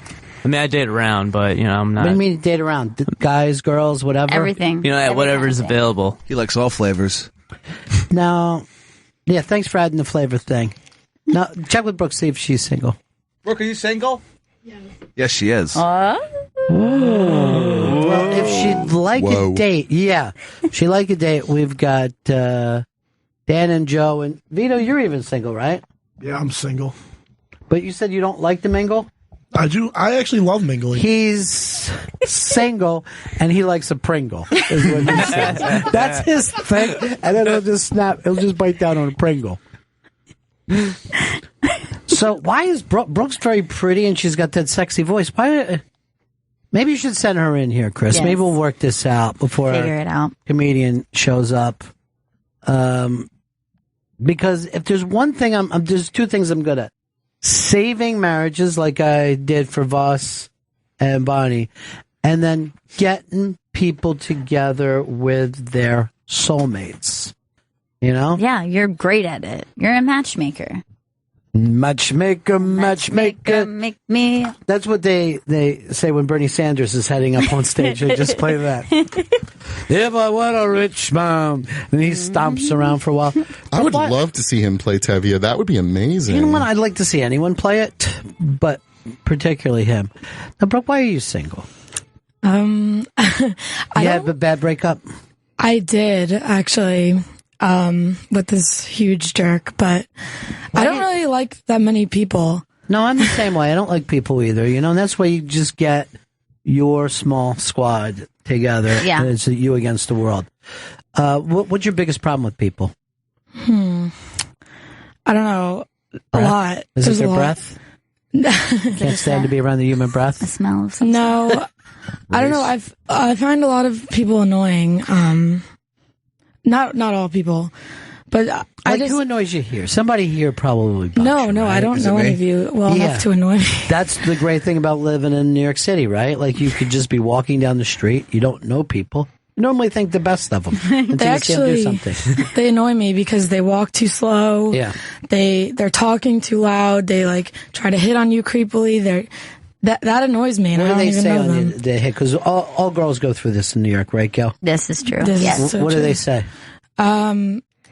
Just usually like, "Hey, baby," or like a creepy. I don't want to. I like when they just start making noises like that, Smacking the lips. Smacking their lips. Yeah. That's the worst. I can't tell you how many times that's worked for me, just over the years. Hundreds of girls have just turned around and said, oh my God. Who is making that delightful you know what they'll say? sound? Oh my God, what if you did that to my vagina? Wouldn't that be great? And I go, that's why I did it. That's what I was going for. That's why I did it. I thought maybe you would like the feeling on your vagina. I like when a guy will give you a literal cat call and will actually make noises at you, like what? calling to an Noises are the worst. like make little sounds. So then you turn your head, and then they like normally have nothing else to bed. They're like, "What's up?" Let me just They point have this out. nothing. Guys will stop doing this when it stops working because It does not work. It has never worked. I've never. I Now- don't know what they think they're gonna get out of it. Like, I look at them and I'm like, never talk to me ever. Well, here's what I say when they don't react to it: that they're stuck up and they're bitches, and I'll point that out to them. Why are you so stuck up that you don't Good want to one. make out with a strange dude in the middle of the street? And then I'll point out that they're not all that anyway, and I was just making that mouth noise for myself. I like when somebody who is clearly on the job, say a garbage man, will try to pick you up, and you're just thinking, like, what is your best case scenario? Like, you think I'm going to just hop into your garbage truck and we're just going to hit the town from there? Dude, I saw a woman, this was one of my favorite things. She fucking stops in front of a construction worker, right? She fucking points at him. And she's like, I'm not just one of these fucking bitches in town for a week. I work right there. I walk past you all fucking day. Do not fucking make noises. And he's like, hey, okay, I got it. And I'm like, see, she's just taking control. She's letting him know I'm a local. I'm not falling for like I have to tell homeless people, hey, I work in this neighborhood. Don't fucking hit me up. Exactly. Look for somebody fucking holding a balloon. That's the people you're after. I'm never going to give you $1. Stop wasting both that time. So, Brooke, what happened with the breakup? It's always interesting because if the guy was a jerk, it means he was a jerk when you met him and you missed it. Well, we were best friends for 4 years, and I knew it was coming, and I knew it was going to end bad. We both did, but like we were really stupid. And were you drunk? Were you drinking? No, this went on for a while. Yeah. But he was slow playing. What was it? He was slow playing. He was acting more like the friend, but he was interested. No, not really. I don't know. We both admitted in the beginning, like, this is not going to work out, but we figured we'd try anyway. And now we're not friends. Of course. But we see each other a lot because we have the same group of friends. We've been friends. Oh, that's the worst. He has a new girlfriend, and I literally want to throw up being around them. So, yeah, it's time for you to get out, man. Where are you from? Staten Island? Jersey? Long Island. Yeah, Long Island. That's the problem with, like, Long Island. These people have known each other from second grade. It just goes on like that. Yeah. But I just saw a movie about this the other day, and the girl was really turned off that the guy she thought was her friend finally said, look, I'm in love with you. And I think this probably happens to girls all the time, right? You think somebody's your buddy. Yeah, that's it. It's very common, especially, you have a guy-girl friendship, and they're like, I don't know what this is. Like, I don't know why I feel this way. And I'm like, well, because we're friends. Like, obviously, this makes sense. That way. I think that's the kind of move you'd make. Yeah, it's actually happened a few times. You seem like the kind of guy who slows plays it. I mean, not with like bad intentions, right. But yeah, that's bad intentions. Not. It's creepy. It's stalky and creepy. You make a girl your bro. She thinks that you guys are just best buds, and then one day you're like, I'm gonna dump all this shit right here. Here's how it would happen. Let's suppose a guy was hanging around you, right? Sure. And then you guys were buddies, but he was like, look, dude, I've been wanting to fuck you. You didn't pick that up for the last 3 years. That's all I've been interested in. You'd be like, how? Yeah, that wouldn't be great. Yeah, that's how they feel. It's pretty much that's how what they you're feel. doing. Yeah. Joe, now you only hang out with guys, right? Yeah, I mean, I see those losers, that fucking dude bros that you.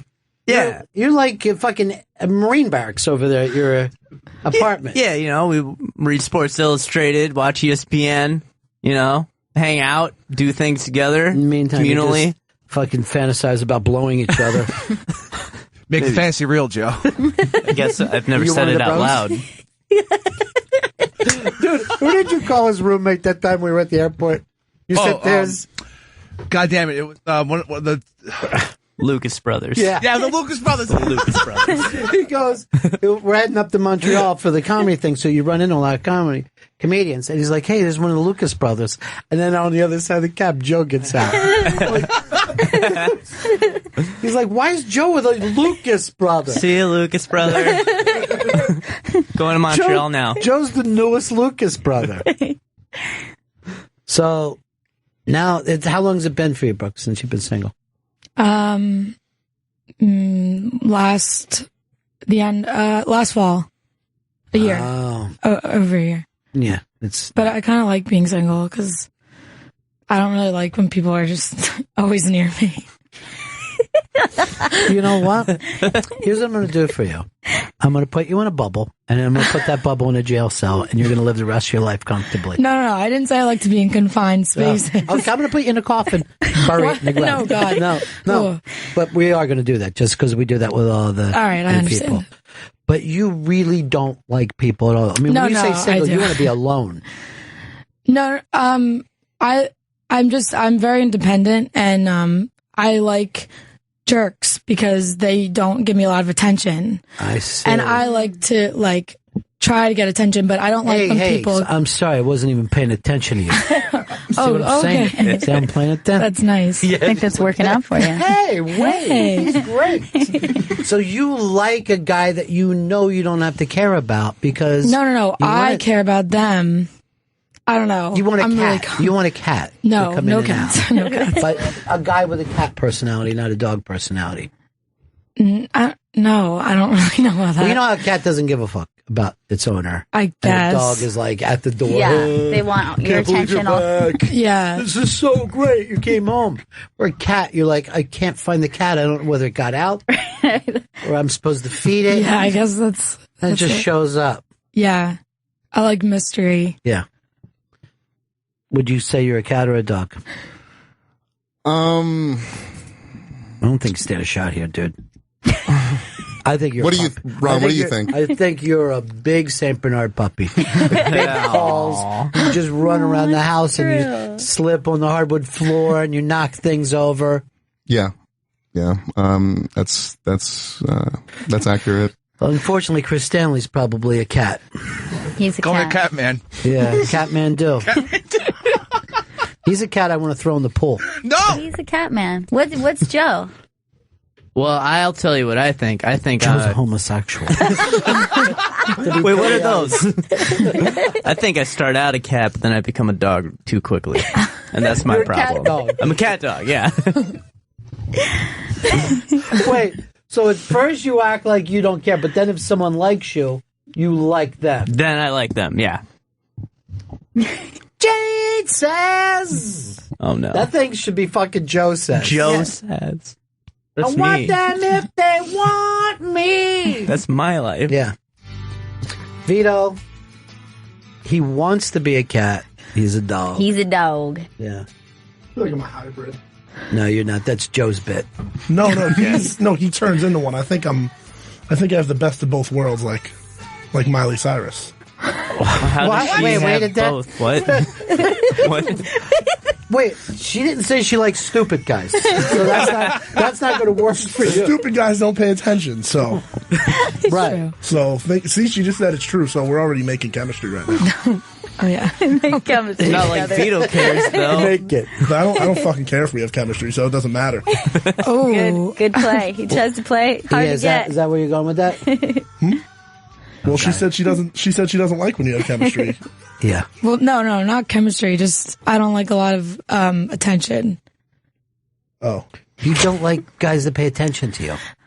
I don't know. I'm kind of confused, but no, I do like people that pay attention to me, but only after they didn't pay attention to me at first. Okay. That makes sense. I see that you got your fingers all taped up, right? I do. Did you let a guy just stomp on them one day? What happened? Yeah, it was my ex. No, I found out I broke it a year ago because I've been having some problems with them.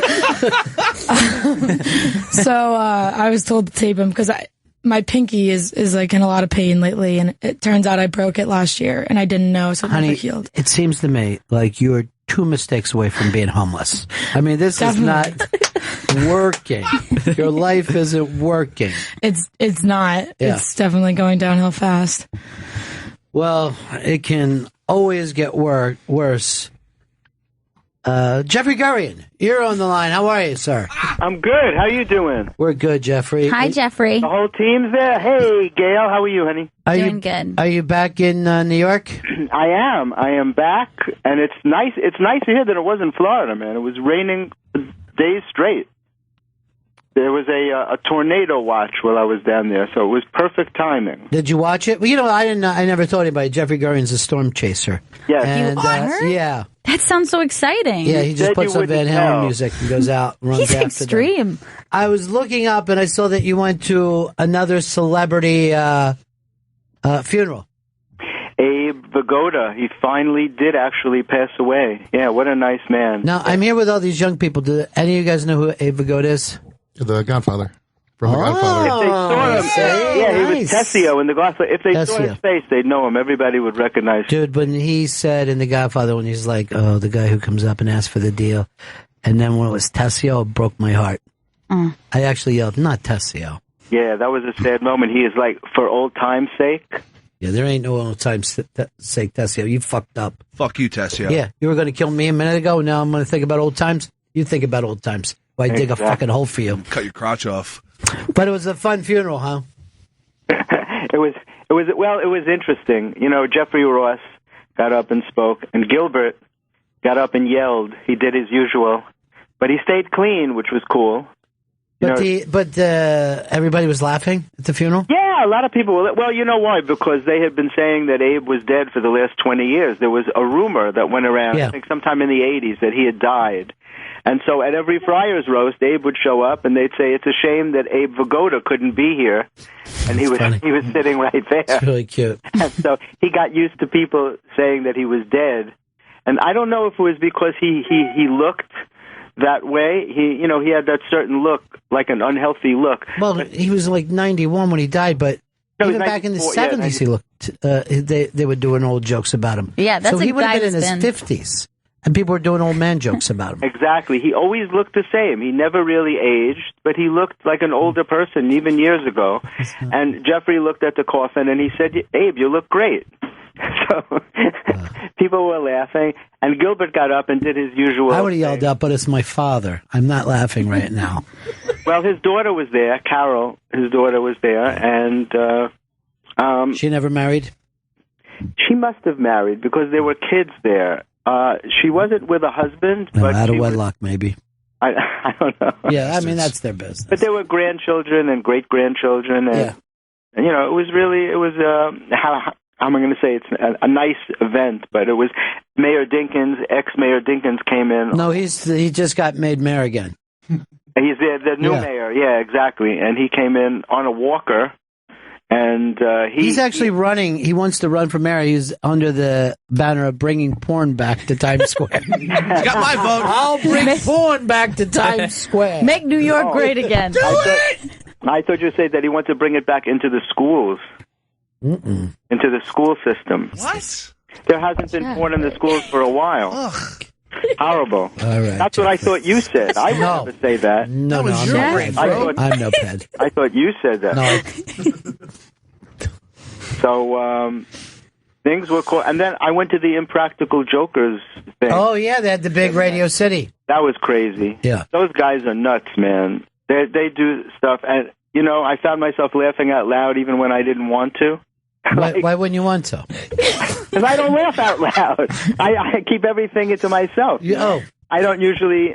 You're a great audience, then. I'm a wonderful. Yeah, I do a lot of smiling, but I don't really exhibit my feelings much, So I couldn't help it. There was just some things. They used this electric scooter, and they went out to see what they could get away with. Because you see somebody in an electric scooter, so you think that they're disabled in some way, right? Otherwise, they'd be walking. So they were doing things like grabbing stuff out of people's hands. But they went out in traffic and blocked a New York City bus And just thinking about it's funny. The guy was doing spins in front of the bus, and the bus obviously couldn't go because he was there. And every time he made believe that he was leaving, he came back again in front of the bus. And it was hilarious. That's great. And that's a prank. That's what that is, Jeffrey. He did yeah, a they're prank. all pranks. It's like a very hip version of Candid Camera, but it's dares. They dare each other to do this shit. Right. So they were there with their families, and then afterwards there was a really big party at this place, Studio 48 or 48 Studio, 48 Lounge, and everybody went over there and hung out late, and it was really cool.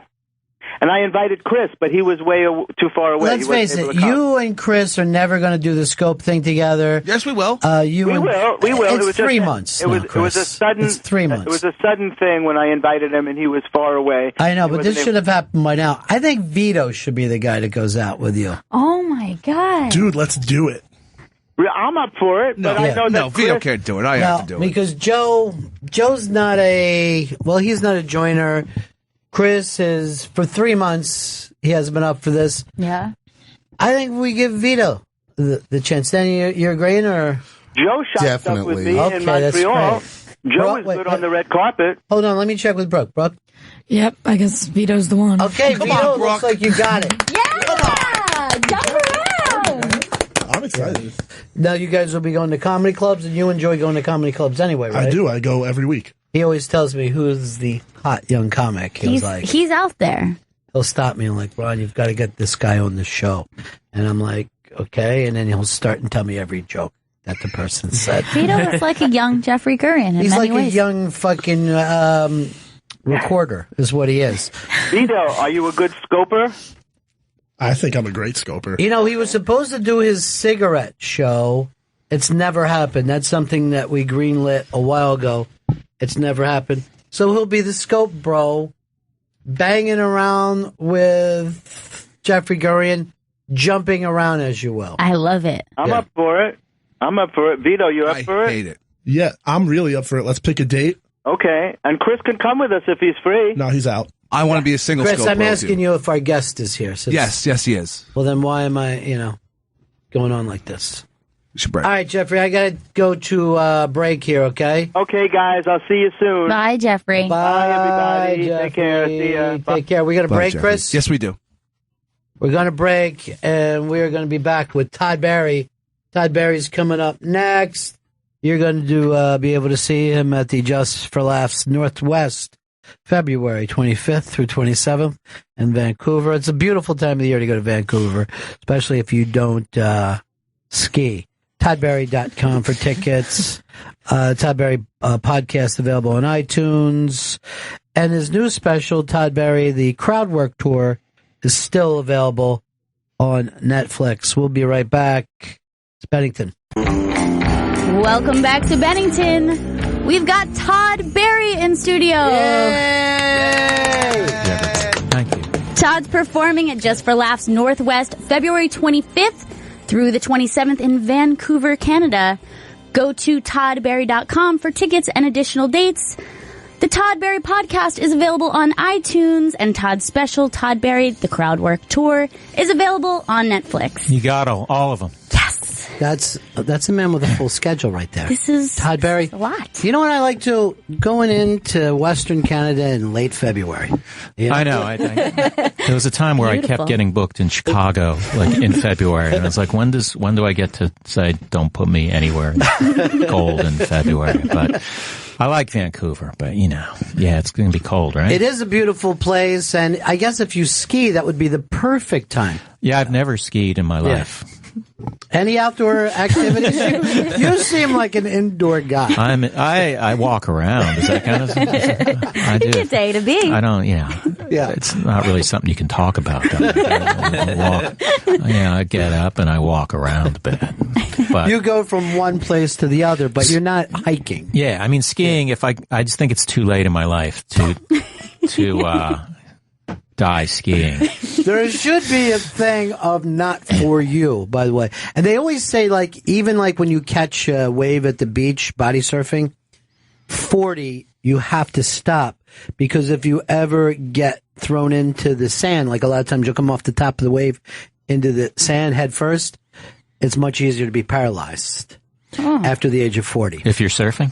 Yeah, if you're surfing or doing anything, you really shouldn't take a headshot. Well, let me cross that off the list also. I was going to book a trip to Hawaii. But no, like surfing and skiing, I've never even tried either. Never even attempted it. No. Yeah. No water skiing? And I used to live kind of upstate New York in the mountains area, and didn't even occur to me. Yeah.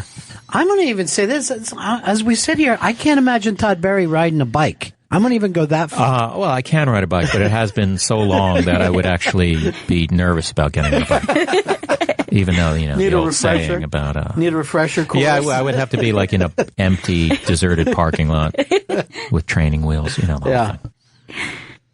Well, Gail, you've skied or you've never skied? I have never skied. Yeah. I went to the Poconos a few years ago, and I just did when they put you in like a tube. So I went you sat in a tube. So I went in a tube instead of skiing. Were there skiers around you as you're tubing down there? I mean, we were in the same general area, but we had our own, tube and hill. Yeah. But I thought that I was going to feel very childish choosing tubing over See, that looks skiing. like fun. But it was a blast. Yeah. And it is scarier than you would think. Yeah, I wonder if quite a thrill. That seems like it seems like something that isn't dangerous, but probably is. I'm sure people have hit a tree and died tubing. I'm sure it happens. God, that would be the worst. Yeah, you don't. On a ski tube. I would just make everyone lie and say it was just skiing instead Something of more tubing. dramatic. Yeah, you don't want the news to put, on the lighter side of the news today, a woman was in an inner tube going down a hill and hit a tree. Yeah, that's not the death that you're looking for. Although people do die doing stupid things like that all the time. Can you ice skate? I can ice skate. Not well. I have ice skated, and I did over Christmas with my cousin because there's an ice skating rink that's not been open for too long, but in Prospect Park they opened an ice skating rink, so I took my little My only cousin. memory of ice skating was having these trainer skates with had like 6 blades on them. Yeah. I don't think I ever moved past Like a that. waffle It's like, iron. yeah, I don't know. This isn't working out. So. Well, it's one thing to skate with the figure skates is a whole nother game with hockey skates. I didn't even realize there was. I think there's a huge difference. You don't have the little bite on the end of it. And one time, because where I lived, it didn't get cold a lot. But when it did, somebody would always bring out hockey stuff, and I played hockey wearing figure skates. And could not, you can't skate backwards like that, so people would just be blowing by me. I'm like, this is probably the last time I'm going to play this. So figure skates are the one with the brake on it. Is that where you have the the brake was that little bite in the front? Yeah, that's what you use it for, so as you can pirouette, which I also never did. I would just try to slow myself down with my arms. I didn't really figure out how to brake, but I just braced myself for the wall anytime I needed to stop. That's smart. Yeah. I didn't have a proper lesson. No. So that's winter sports. I was going to say, I did not expect that. Don't know whether we're going to tobogganing next or what's that? The luge is the one with the broom, right?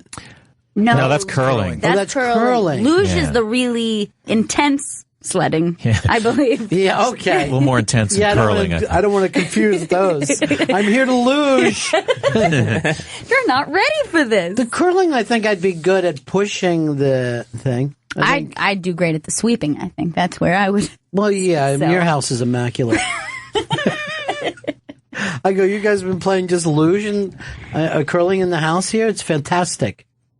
There used to be a thing when I was a kid on the Wide World of Sports. This was a sport that they would show from Finland or something, where a guy would skate around and then try to jump over barrels, and you would see who could jump over the most barrels. And that sport is completely gone. See, that seems like that should still be happening, because I would watch that. I would watch it. It used to be on the Wide World of Sports. Yeah, I remember Wide World Sports. Where they would bring you things that you never would want to watch weekly.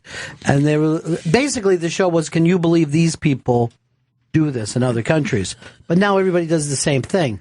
And it had that opening with the guy they referred to as the agony of defeat. Oh, yeah. He fell ass over head. Yeah. I know. Watch the sport and tell me it isn't great. He's skating and he jumps over barrels. And This that's looks it. great. Yeah. it looks fun, and I would enjoy watching that. And then they add barrels as you go along. See, that's like a thing. How do you learn how to do that? Like, but I don't know why they picked barrels rather than, you know what I mean, anything else. Oh, sure. You could really use any large object to be there. I like to see how many milk crates you could go over. It's a lot of barrels. That was it's very a lot of impressive. barrels. But look how everybody's locked into this. You're enjoying it now. I could watch this for. Yeah. And they just never made it an Olympic sport. Sad. Really. It's a shame. Yeah. Do you like the Winter Olympics? I like any Olympics. But do you like it as much as the summer? Because I know a lot of people don't like the winter. Summer is the real Olympics. Yeah, I don't watch much of either of them, but if I was going to watch them, I would watch the Summer Olympics. Summer is better. Now, this is another thing. Let's see if we can guess what Todd Berry watches when he gets back to his house, because I can't imagine Todd saying my favorite show's on. I just don't. Yeah, I mean, I didn't used to be much of a TV watcher. I would keep like the news on, or CNN or MSNBC, that kind of thing. Yeah. But lately, because there's a lot of good shows now, I've been catching up. And like, what do you watch at your house? I'm in the middle of watching. I'm like on season 4 of a show called Mad Men. Nice. I'm on it, right? I'm very jealous of the people who are starting to binge watch it now or recently. Now, did you get to the episode where all the secretaries get killed? Spoiler alert, but it is very good. That's a huge twist. Really wish you had not told me about that. You'll be waiting for it now. Guess this is it. But I watched all of Breaking Bad. I watched The Killing. I watched House of Cards. I watched all of those. So you like to get it once they're kind of done and just jump Well, in? actually, with Breaking Bad, I actually was like behind the times, and then I saw everyone was talking about the final episode, and I go, I'm going to catch up. Sweet. And then I caught up, and I was just like everyone else, watching it. Final episode with everyone else, having seen all the others. See, I watched it after the fact and enjoyed it, but, you know, a lot of times it went through 3 months in an afternoon. Just like a junkie, like, yeah, give me some more. Yeah, I remember watching 4 episodes. I mean, which I've heard people watch. I know people who watched Making a Murderer in one sitting. Yeah. That's a little intense. 10 hours of television. It's just like... I did over the holiday, I did 8 hours of Game of Thrones. Never watched it. I can't watch anything about dragons. But if it was very appropriate, it was like, felt like wintry. It seemed like a good time to watch a wintry There's a very fantasy. Yeah, it's all spring from this point on. We're warm here today. The groundhog either didn't or did see his shadow, which is ever the good thing. There's no winter anymore.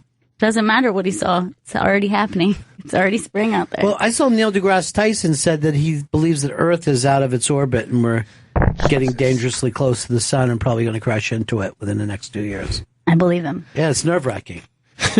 Nerve-wracking. That would be nerve-wracking. Yeah, Crashing into wouldn't the it? sun would be that would get on my nerves. This is really bugging me. Yeah, is it me or is it It's annoying. It's ever been in history. Todd Berry is in studio. Todd's performing at Just for Laughs Northwest, February 25th through 27th in Vancouver, Canada. Go to toddberry.com for tickets and all additional dates. How funny this man is, too. Yeah. And you've got the crowd work is still up. Are you going to looking at something new to do? I'm deciding. I want to do a new special, but I want to do. I want to make sure I have a solid hour. You want it to really kill. I don't want it to be like one of those where you do a special and then you go, oh wow, I'm kind of grabbing into the B column to fill this thing out. I want it to be flawless beginning to end. So I'll be doing it in like 9 years. I'll be doing another special. I like a special where a guy just is like, so what else is up? What else did I want to talk about tonight? That's why I did the crowd work. I was like, if you're really not going to do material, I say just don't do any material. Just zero material. But when you went into that with the crowd work thing, were you nervous before that? Because crowd work shows can be great or okay. As I did them, I became less nervous because I think, you know, when you do a joke, you're like, oh, they're supposed to laugh here. And you're kind of like, when I say this, they better laugh. And then if they don't, then you're like, you've clearly bombed, at least with that Yeah. joke. But with crowd work, you're like, I don't even know what I'm going to say tonight. So it's in some way, it's more relaxing. Because if it bombs, hey, what do you expect? They didn't have any It material. was like I wasn't doing a joke. That's not bombing. So I asked the dude where he was from. That's not bombing. It's not my fault. He has a dull, pretty uninteresting life. But I mean, my special is still worth checking out, I think. Yeah. If you guys are curious, it's on Netflix. They are curious. They're incredibly curious about it. They're just saying, what is this about? What are we going to do? But I always think that the crowd work thing is amazing because I don't know where it exactly started. Like, I don't think it was around in vaudeville days. Are you saying I didn't invent it? I'm saying I'm saying that no, it wasn't you. But who would you think? Yeah, who was the first person? I don't know. Yeah. You don't think that they did it in vaudeville? I know that they did. I'm sure at some point someone said, "Oh, yeah, I let me break from this and just talk to this guy right in front of me." If I was like playing on a game show right now and they said who was the first person to start doing that, I would say Richie Belzer in the 70s because he was the first kind of MC at Catch, and he had the reputation of being a very funny yet lazy man in terms of his act. You know what I mean? Like, they never knew how to put him on TV because there wasn't really material there. I overheard him. I mean, I didn't overhear him. I did some show where he was at, and he said there was one time he did an intro for a guy that lasted an hour and 15 minutes. Oh, that was the best. Yeah. Oh, my God. I would sort of love to have been there. But not been the person who was Right. Who's just keep standing up. Because the whole room's laughing. You're like, son of a bitch. Just squeezing every drop out of him. And then finally, when he's got nothing left, he says your name and gets off the stage. Yeah, I imagine the comic must have been boiling by the time. Like, yeah. It would have been insane. Plus, there probably, since it was New York in the 70s, probably another 10 guys that were waiting. Yeah, they're going after this. Yeah. But that was at the old Catch. Yeah, which was kind of the first kind of hip, I think. Yeah, that's where I kind of walked in the first time I moved to New York. And yeah. I was like, ooh, this is a nice little scene I think I should be a part of before I'm ready. I think that was the one that had the criteria of, you know, the fact that Belzer was kind of hip and on the edge and the owner was hip and on the edge. And it was the type of place that, you know, I don't know, Bowie or Paul Simon could walk into. Yeah. There were always those kind of, well, you're at the Cellar. Right, now. yeah. We get celebs there, you know. Yeah. Trying to think who lately. I think, you know, Jennifer, Jennifer, oh my God, why am I blanking on her name? Jennifer. Aniston? No. Jennifer. Too bad. That would have been great. The actress. Who's Jennifer Hudson. No. Beals. No, why? So we're all blanking on this. Jennifer. From the movie Joy and everything. Oh, Jennifer Lawrence. I don't know why I blanked on her name. Yeah. Well, that had to be exciting. I feel bad. I met her recently. I hope she's not listening now that she's had that one meeting of me. Dude, I hope she is listening. I hope she listens every day. Like, I love this. She's like, Todd, I can't believe you. So when a young, I mean, she is the it girl of this. Yeah. I mean, you can't get around that. So does that kind of amp up the room? Is the room also like is Jennifer laughing? I wasn't there that night that she was there, but I've been there when people are. I guess if they know, usually those people I think just slip in the back. Slip in the back. Like De Niro's been coming in, and he's come in a couple of times because he's going to do something. Right? Yeah. He's going to play a stand-up again. Remember? Well, first of all, he did that thing years ago that was so amazing. King of Comedy. Yeah. And, you know, Sandra works here. She does a radio show. Oh, yeah, I heard that. And I thought that was one of the most amazing, like, first movies anyone's ever done. She was phenomenal, yeah. So good, yeah. And she was so funny, but scary as shit in that. I remember when I saw it, I'm like, that girl scares the hell out of me. But he was so strange and weird and great. And I don't know how the public felt about the King of Comedy, but Jerry Lewis playing almost a version of Dick Jerry Lewis, which he would have never done before that, you know? just treating people like garbage and kind of being burnt out on being a big talk show host. Yeah, that movie is phenomenal. But it wasn't. Was it not thought of that way when it came out? I don't think it was a big hit. I don't think it made a lot of money. It was a really different thing for Scorsese to do. Yeah. Too, you know? Look up the box office on that one. Box Office Now I'm Mojo, what are we curious. waiting for, Chris? What? The budget was $19 million. That was a lot Found back this already. then. The box office was 2.5. Yeah. Giant Really? bomb. Yeah. 2.5 million. 19 million? That doesn't sound right. 19. It sounds like a lot. Back in those days? Yeah, doesn't that sound a little... Yeah, it sounds big, but that's back when, you know... Unless they adjusted that for... Marty was still partying a little bit because Jerry would say he would show up in the morning and then Marty wouldn't show up until, like, the director of the film would show up in the afternoon, you know? Till he could get around to it. Yeah, the late 70s, early 80s was a time that people were like, I wanted to be here, but I had some coke, so I couldn't make it. I hope you're okay with that. But it was also a very bizarre film that you couldn't understand that the bad guy kind of got away with it at the end. He achieved his dream, you know? I haven't seen it in a while. Well, it was...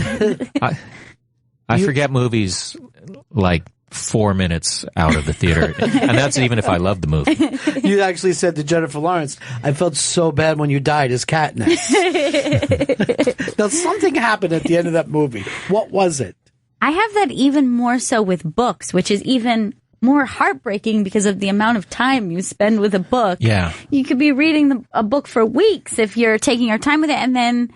I don't know. A week later, if somebody asked me the name of the characters, how would it? Yeah, I know I'm just people like, who have what? this crazy movie memory. Like, remember that scene in Goodfellas? No, I do not. Or it's usually even a more obscure, like, remember when Goonies? No, I do not remember. What happened in Goonies? I can never remember what happened at the end of a relationship. And that sets up some really awkward moments. Like, great to see you again. What, are you kidding me? This ended badly. I tend to look back on everything like it worked out okay. Yeah, there are people who you're like, I think I was mad at this person, but I hate this person, but I don't remember why I hate this person. Let's just and then you got to forget be it nice to them once you do that. Once what does it matter that you shared life with them? What does it matter whether it was bad or good once enough time passes by? Yeah, enough time. You're a different person. They're a different person. Yeah, Doesn't you're even tired. matter. There was, I don't want to quote a line, but did you saw Louis' Horace and Pete thing? Yeah, I did. I'll just give out this thing because I don't give it away when he goes, what's it matter? We're in our 50s now. You know what I mean? Like, at a certain point, you do look back and you're like, yeah, it really doesn't matter. Yeah. That's why like bands like, that hate each other will reunite because it's just like too old to be angry at this dude who I was mad at 40 years ago, and we're getting $1 million a show each. Yeah, so. we're getting money, and there is no such thing as a band that's broken up for good. There just always is an opportunity that they'll do again, even if there's only one guy living. They'll just go out and call it the band. That's what they should say when bands break up, when they're fighting. They're like, the price tag for us to get back together is going to be way higher than you think. That's true. That's a good point. I mean, like when Van Halen got back together, and those guys said awful things about each other forever, you're like, okay, then anybody can get back together. Doesn't matter what happened. But really, when you really think about it, it doesn't. Nothing really matters that big. That you just can't go back and just make music. Or what? Well, I mean, if you look back on things that you were upset about when you were a kid, or things that happened, excruciatingly embarrassing things, or like bad blood that you had with someone else, you might as well have happened to someone else. You are able to like look back on it. And a lot of it is because you were young and shit was more important to you. That, you know what I mean? Like an insult seemed like a much bigger thing to you than it's going to be as you go by. And once you get to a certain age, after 40, you're like, a lot of people have said bad stuff about me, whatever. What do I care? But it's always sad to me when, in comedy, when it happens. I know when Dan Soder broke up with himself, that was a very difficult thing for everybody. He's still not even talking to himself. Poor bastard. That's a shame because they were close. They were, and they had everything together at the time. But, What are you going to do? Chris, you keep shaking that hand. Is it just... Yeah, my hand, the left side of my hand, the thumb and the forefinger and the middle finger, I can't, it's like it's pins and needles. It keeps happening. Is it the anticipation of what's going to be talking about now? Wait, is it that kind of pins and needles? Well, he was sitting forward. He's really invested in this. Chris, I know you like to do a plug. Go ahead and do a plug. Oh, I love to plug. Because you know what? Todd Barry's in studio. Todd's performing at Just for Laughs Northwest, February 25th through the 27th in Vancouver, Canada. Go to toddbarry.com for tickets and all additional dates. The Todd Barry podcast is available on iTunes, and Todd's special, Todd Barry, the Crowdwork Tour, is available now on Netflix. You can follow me on Twitter also, Todd Barry, verified account. Oh, you're verified. It's that check mark. That's special. It is. Not everybody gets verified. That's exciting. I'll take it one step further. My Instagram's verified also. I didn't even know that was a thing that could be done. Well, when you look it up later, you will go, oh my God, he was not lying about that. I want to go to his Instagram now because I can't see you taking pictures around town. Okay, you can go there. Everything about this is always a mystery to me. Nope. Yeah, I know. I do sometimes use Instagram, not as really the best photographer in the world. Like a screen grab of something I want to make a joke about. What's with the checkbook there? The check, what is that one? Or like a... Oh, that's pretty, it's all about the caption. Okay, yeah, it's not like a great picture. Yeah. I can't read from your Oh, it says, hey, it's one of those American Express envelopes, and then, can you get back to the caption? One of those brown things they hand your check with. And it said, hey, American Express, just stayed at a place that gave me my check and this, but didn't take Amex. Please send me a $500 gift card. Verified. And then you send it to American Express. But, it was true, though. It was like, yeah, we don't take American. Oh, okay, I was thrown off by the American Express logo. Yeah, there's some great stuff on there. It's mainly caption oriented. It's not like amazing picture oriented. No, but see, this is the thing. You probably, if you could even slightly draw, you could have been a cartoonist because you got that one frame. Oh, I didn't even think about that. Sense of humor.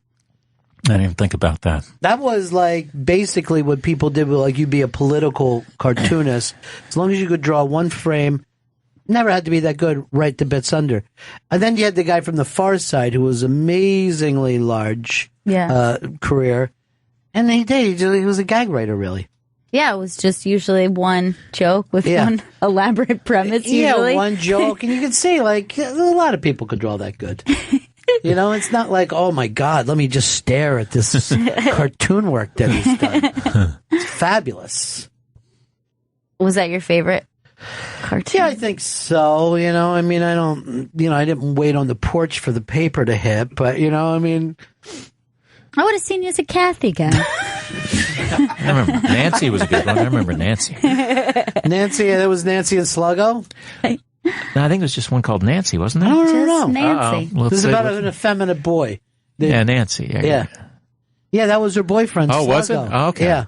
So she's kind of like a little Lulu looking. Yeah, she was. Who came first, Nancy or Lulu? They're very similar. I think Lulu came first. She looks like a roller derby girl. That's like literally how I learned how to reading the comics in the newspaper. It's weird though. Like I remember, I used to get excited about the comics, and then the thought of it wouldn't even occur to me. Look at the comics now. No. Or where I don't even know where you find the comics. Well, they're going out of business one after another. Like every time you'll find out that the strips that a lot of people base their life on something that doesn't exist anymore. It doesn't have a future. Right. Because I guess it doesn't really transfer to being online. It's not like, I was looking at this online comic. It's very great.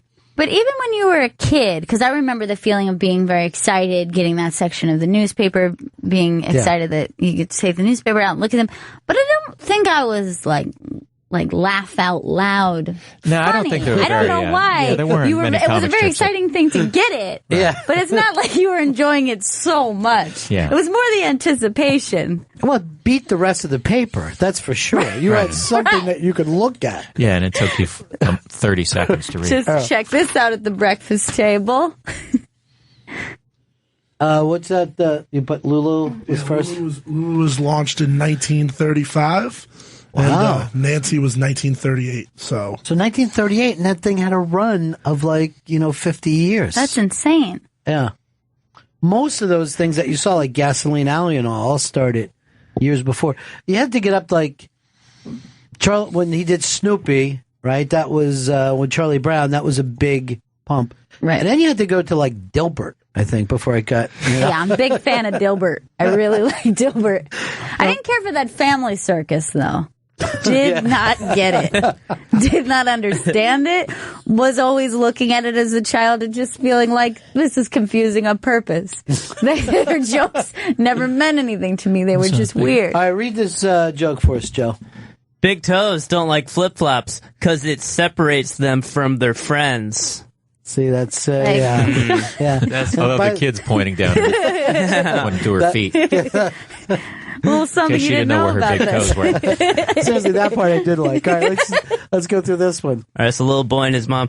But I can't be sick. It's pizza day at school. That's more of a statement. Yeah, that's just like... That's no joke. And somebody worked all week on that. All week long. Maybe burned it out in 20 minutes.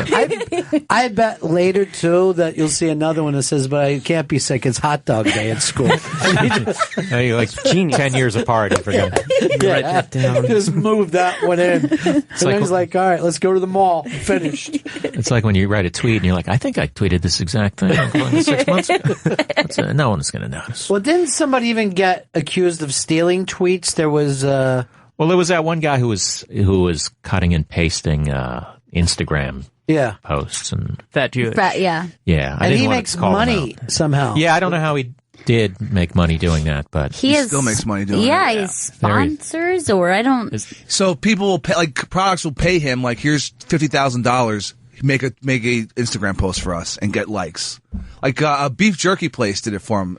They gave him a bunch of cash, and then he was like, make me a beef jerky jacket. They did that, and then he made an Instagram post about it, and then they gave him a check. Because he has 3 million followers or whatever on Instagram. Beef jerky place, huh? Just a place of beef jerky? He's not sure how it works. He's not sure how business works. Look at that. Yeah. All right. Well, it's funny. It's a funny jacket. Yeah. If that beef jerky company is listening, I won't tweet or Instagram, but you can just send me some beef jerky. They are listening with Jennifer Lawrence. They're both sitting together. What a great show together. Today. I love when Todd does the show. Todd Barry is in studio. Todd's performing at Just for Laughs Northwest, February 25th through the 27th in Vancouver, Canada. Go to toddbarry.com for tickets and additional dates. The Todd Barry podcast is available on iTunes. Todd's special, Todd Barry, The Crowd Work Tour, is available now on Netflix, and you can follow him at Todd Barry Verified. Verified. Now, don't write the word verified. I'm letting you know it's verified. It's verified. You don't need to write that in. Followers. You'll see. It comes up verified. If you write in verified, you can't find them. No. We were talking about some of these people getting big online. I saw that the people who do the somebody reacts to, you ever see those things teens react to, whatever it happens to be? They tried to act like they own anyone checking something out. They tried to copyright react. The fucking word the word react? Concept of react. That's my word. You've been doing that since Catch a Rising Star. I've been using the word react since I could speak. But then they had to come back and apologize. Oh, I heard about these. I saw someone tweet about these guys. I know what it was about. Yeah. I did not know that they were making that kind of cash off of it. I had no idea either, but I went to their YouTube account, and every video has 5 million views. It's fucking insane. We could make videos of people reacting to shit. God, yeah. Did you see the video, not to bring it back to me, but did you see the video of me on Letterman when I was 18? Yeah. Did we talk about that? Yeah, I think we talked about it when you did the Unmasked, but not everybody, heard that. This is an amazing story because he got on. There you go. I'm just trying to get this a little more viral. It's 75,000 views. That's nothing.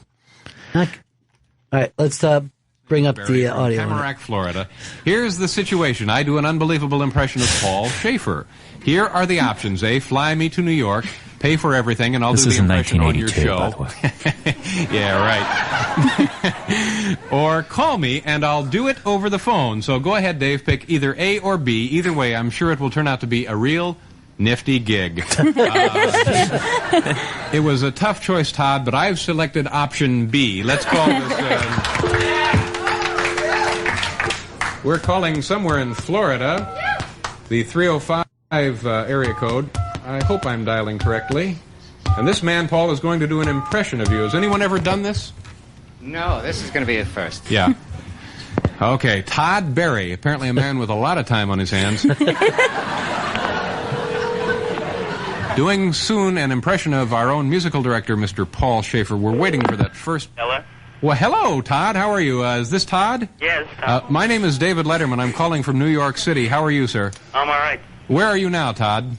I'm in Florida. Sounds just like Paul, doesn't it? What particular city, Todd? It's Tamarack. Tamarack, and is it near a larger community? It's near Fort Lauderdale. Oh, well, that gives us generally an idea. It's a nice area of the country there. I noticed, Todd, the phone didn't ring, and you just picked it up. Did it ring there? Yeah, that's the way that thing works.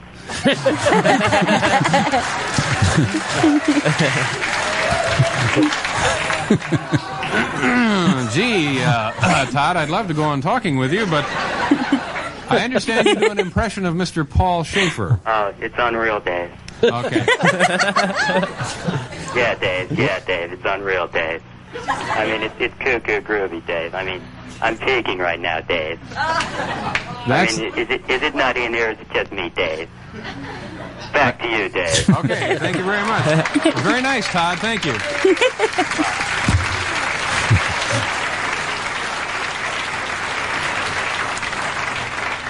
Gee, now I wish we'd flown the kid in here.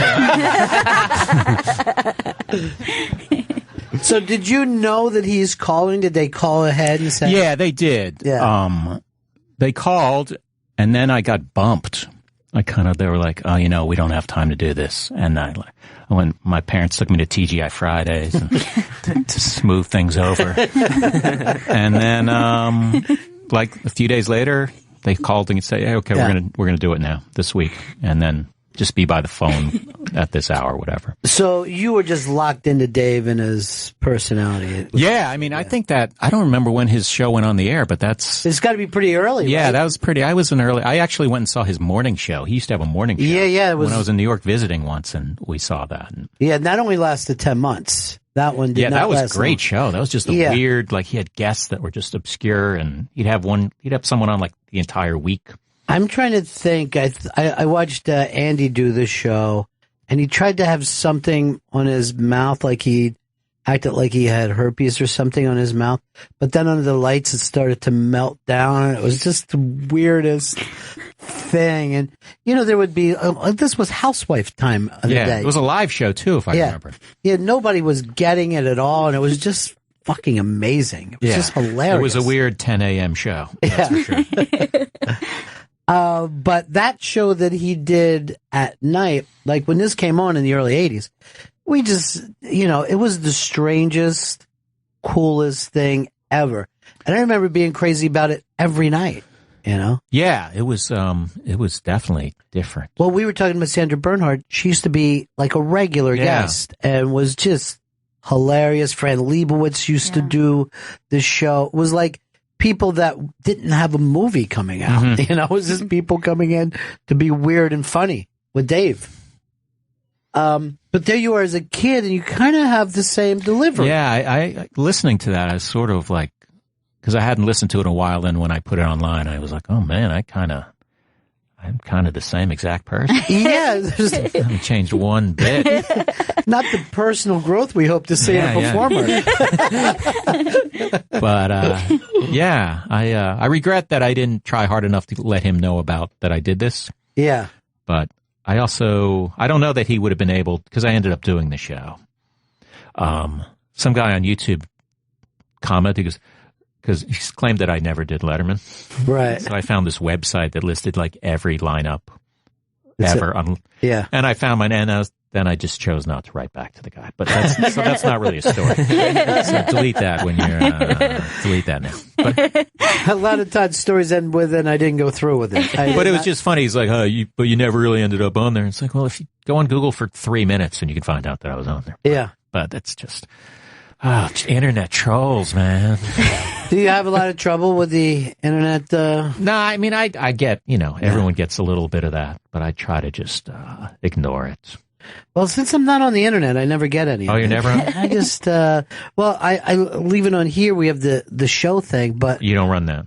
no, not really. I mean, I could say, hey, put this up, But you don't go scrolling through your replies to see. No. Very well. If people are writing stuff during the show, I'll treat it like a phone call. But then I feel like once the show was over, I've done my talking with the world for the day. I don't think that keep it going. Yeah. Well, I can't argue with that. Todd Barry is in studio. Todd's performing at Just for Laughs Northwest, February 25th through the 27th in Vancouver, Canada. Go to toddbarry.com for tickets and additional dates. Chris, is that other thing happen? Well, then you should let me know, right? Yes, it's not happening now. You know who was going to come in here? Phil Collins. Seriously? We could have had you and Phil I Collins. saw him out there. Yeah, we could have had you and Phil Collins together. Oh, that would have been fun. I know. And I would just figure you both, like, when you were doing that call, he had hits on MTV, so it'd be like 80s Day. Perfect. Yeah. I'm sure he'd want to be lumped in with me. Here's a guy who got a letter read on Well, Letterman. we were... So it sold 90 million records. Yeah. Well, we were talking about that earlier, is how, like, he would have a giant Genesis record, then a giant solo record, then another giant Genesis record. I mean, that his career in the 80s is so ridiculous, he still owns half of Florida, Yeah, he lives in Miami, I think, right? Yeah, he lives in Miami. I think he bought, like, Jennifer Lopez's old house, so it's a pretty nice one. Yeah. It's probably a nice one. Okay. Yeah.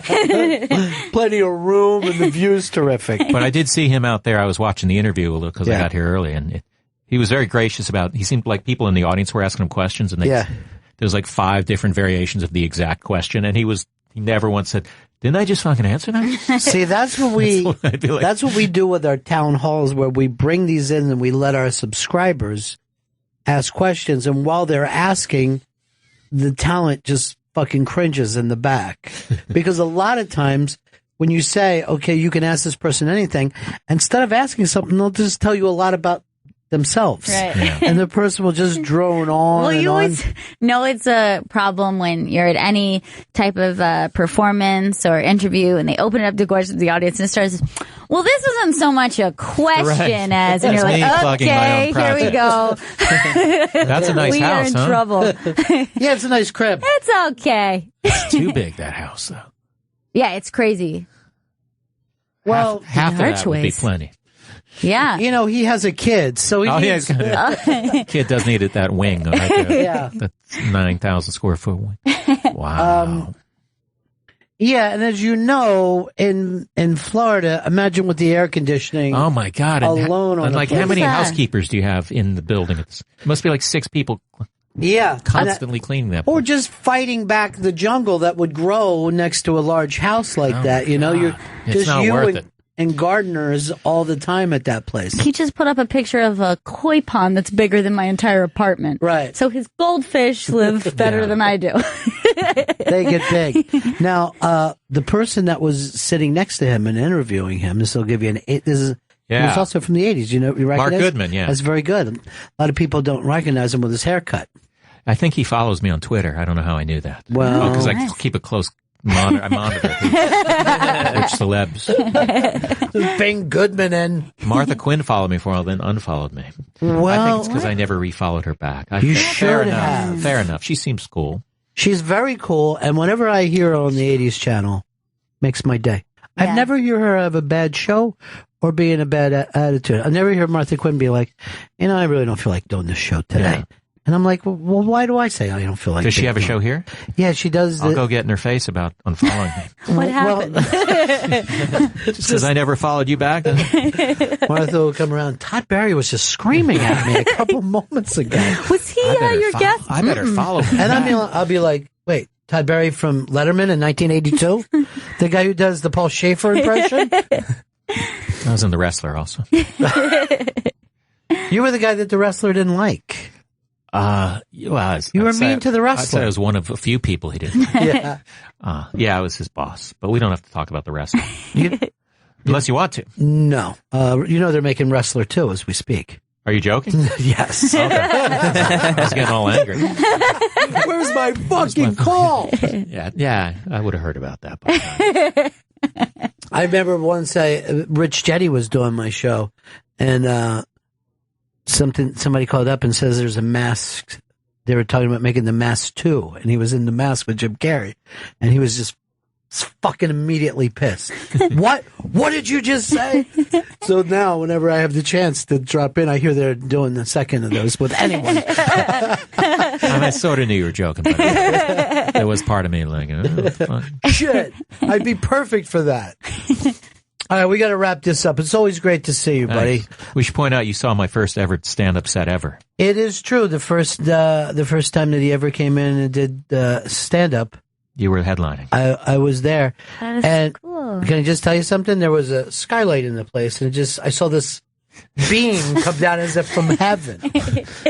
Because he crushed it. He crushed it first time out. Yeah, I did. And then never again for 3 years. It's kind of bad to crush it the first time out. Oh, man, I'm only going to get better. And you're like, ooh. I thought this... yeah. Well, that's the thing is, like, when you're an actual funny person, mm-hmm. it doesn't mean that you're an actor and you know how to go back and hit that the same way. Because when you're with your friends, you don't sit around and tell the same jokes over and over to them. When you're the funny kid in the neighborhood, you're basically crowd work guy. Hey, wait. You're going around being funny and fresh every time. You're not like, I got this bit. Now I'm going to go in and try it on my English class. You don't sit there writing notes. Okay, let's see how that works. Let's see. Let me look. I got bears, and I'm going into cartoon voices, and then it's pot smoking teachers. All right, I think I got my 8 minutes together. Todd Barry, always the best. Thanks for having me. Let's do this again soon. I'm doing that thing with Voss and Bonnie. That's right. My wife hates me. My Wife Hates Me Valentine's Day special, hosted by Ron Bennington, happening Tuesday, February 9th at 8 p.m. Doors at 7 p.m. Go to comedycellar.com for tickets. And if you want to tweet to Mr. Todd Barry, he is verified, ladies and gentlemen. Yes, at Todd Barry. It's the actual Todd Barry. And Todd is performing at Just for Laughs Northwest, February 25th through the 27th in Vancouver, Canada. Go to toddbarry.com for all tickets and additional dates. The Todd Barry podcast is available on iTunes, and Todd's special, Todd Barry, the Crowd Work Tour, is available now on Netflix. So that's it for us. We'll see everybody again in 1974. Ladies and gentlemen, the evening is over. We hope you all enjoyed yourselves, and we'll see you all again in 1974. Good evening!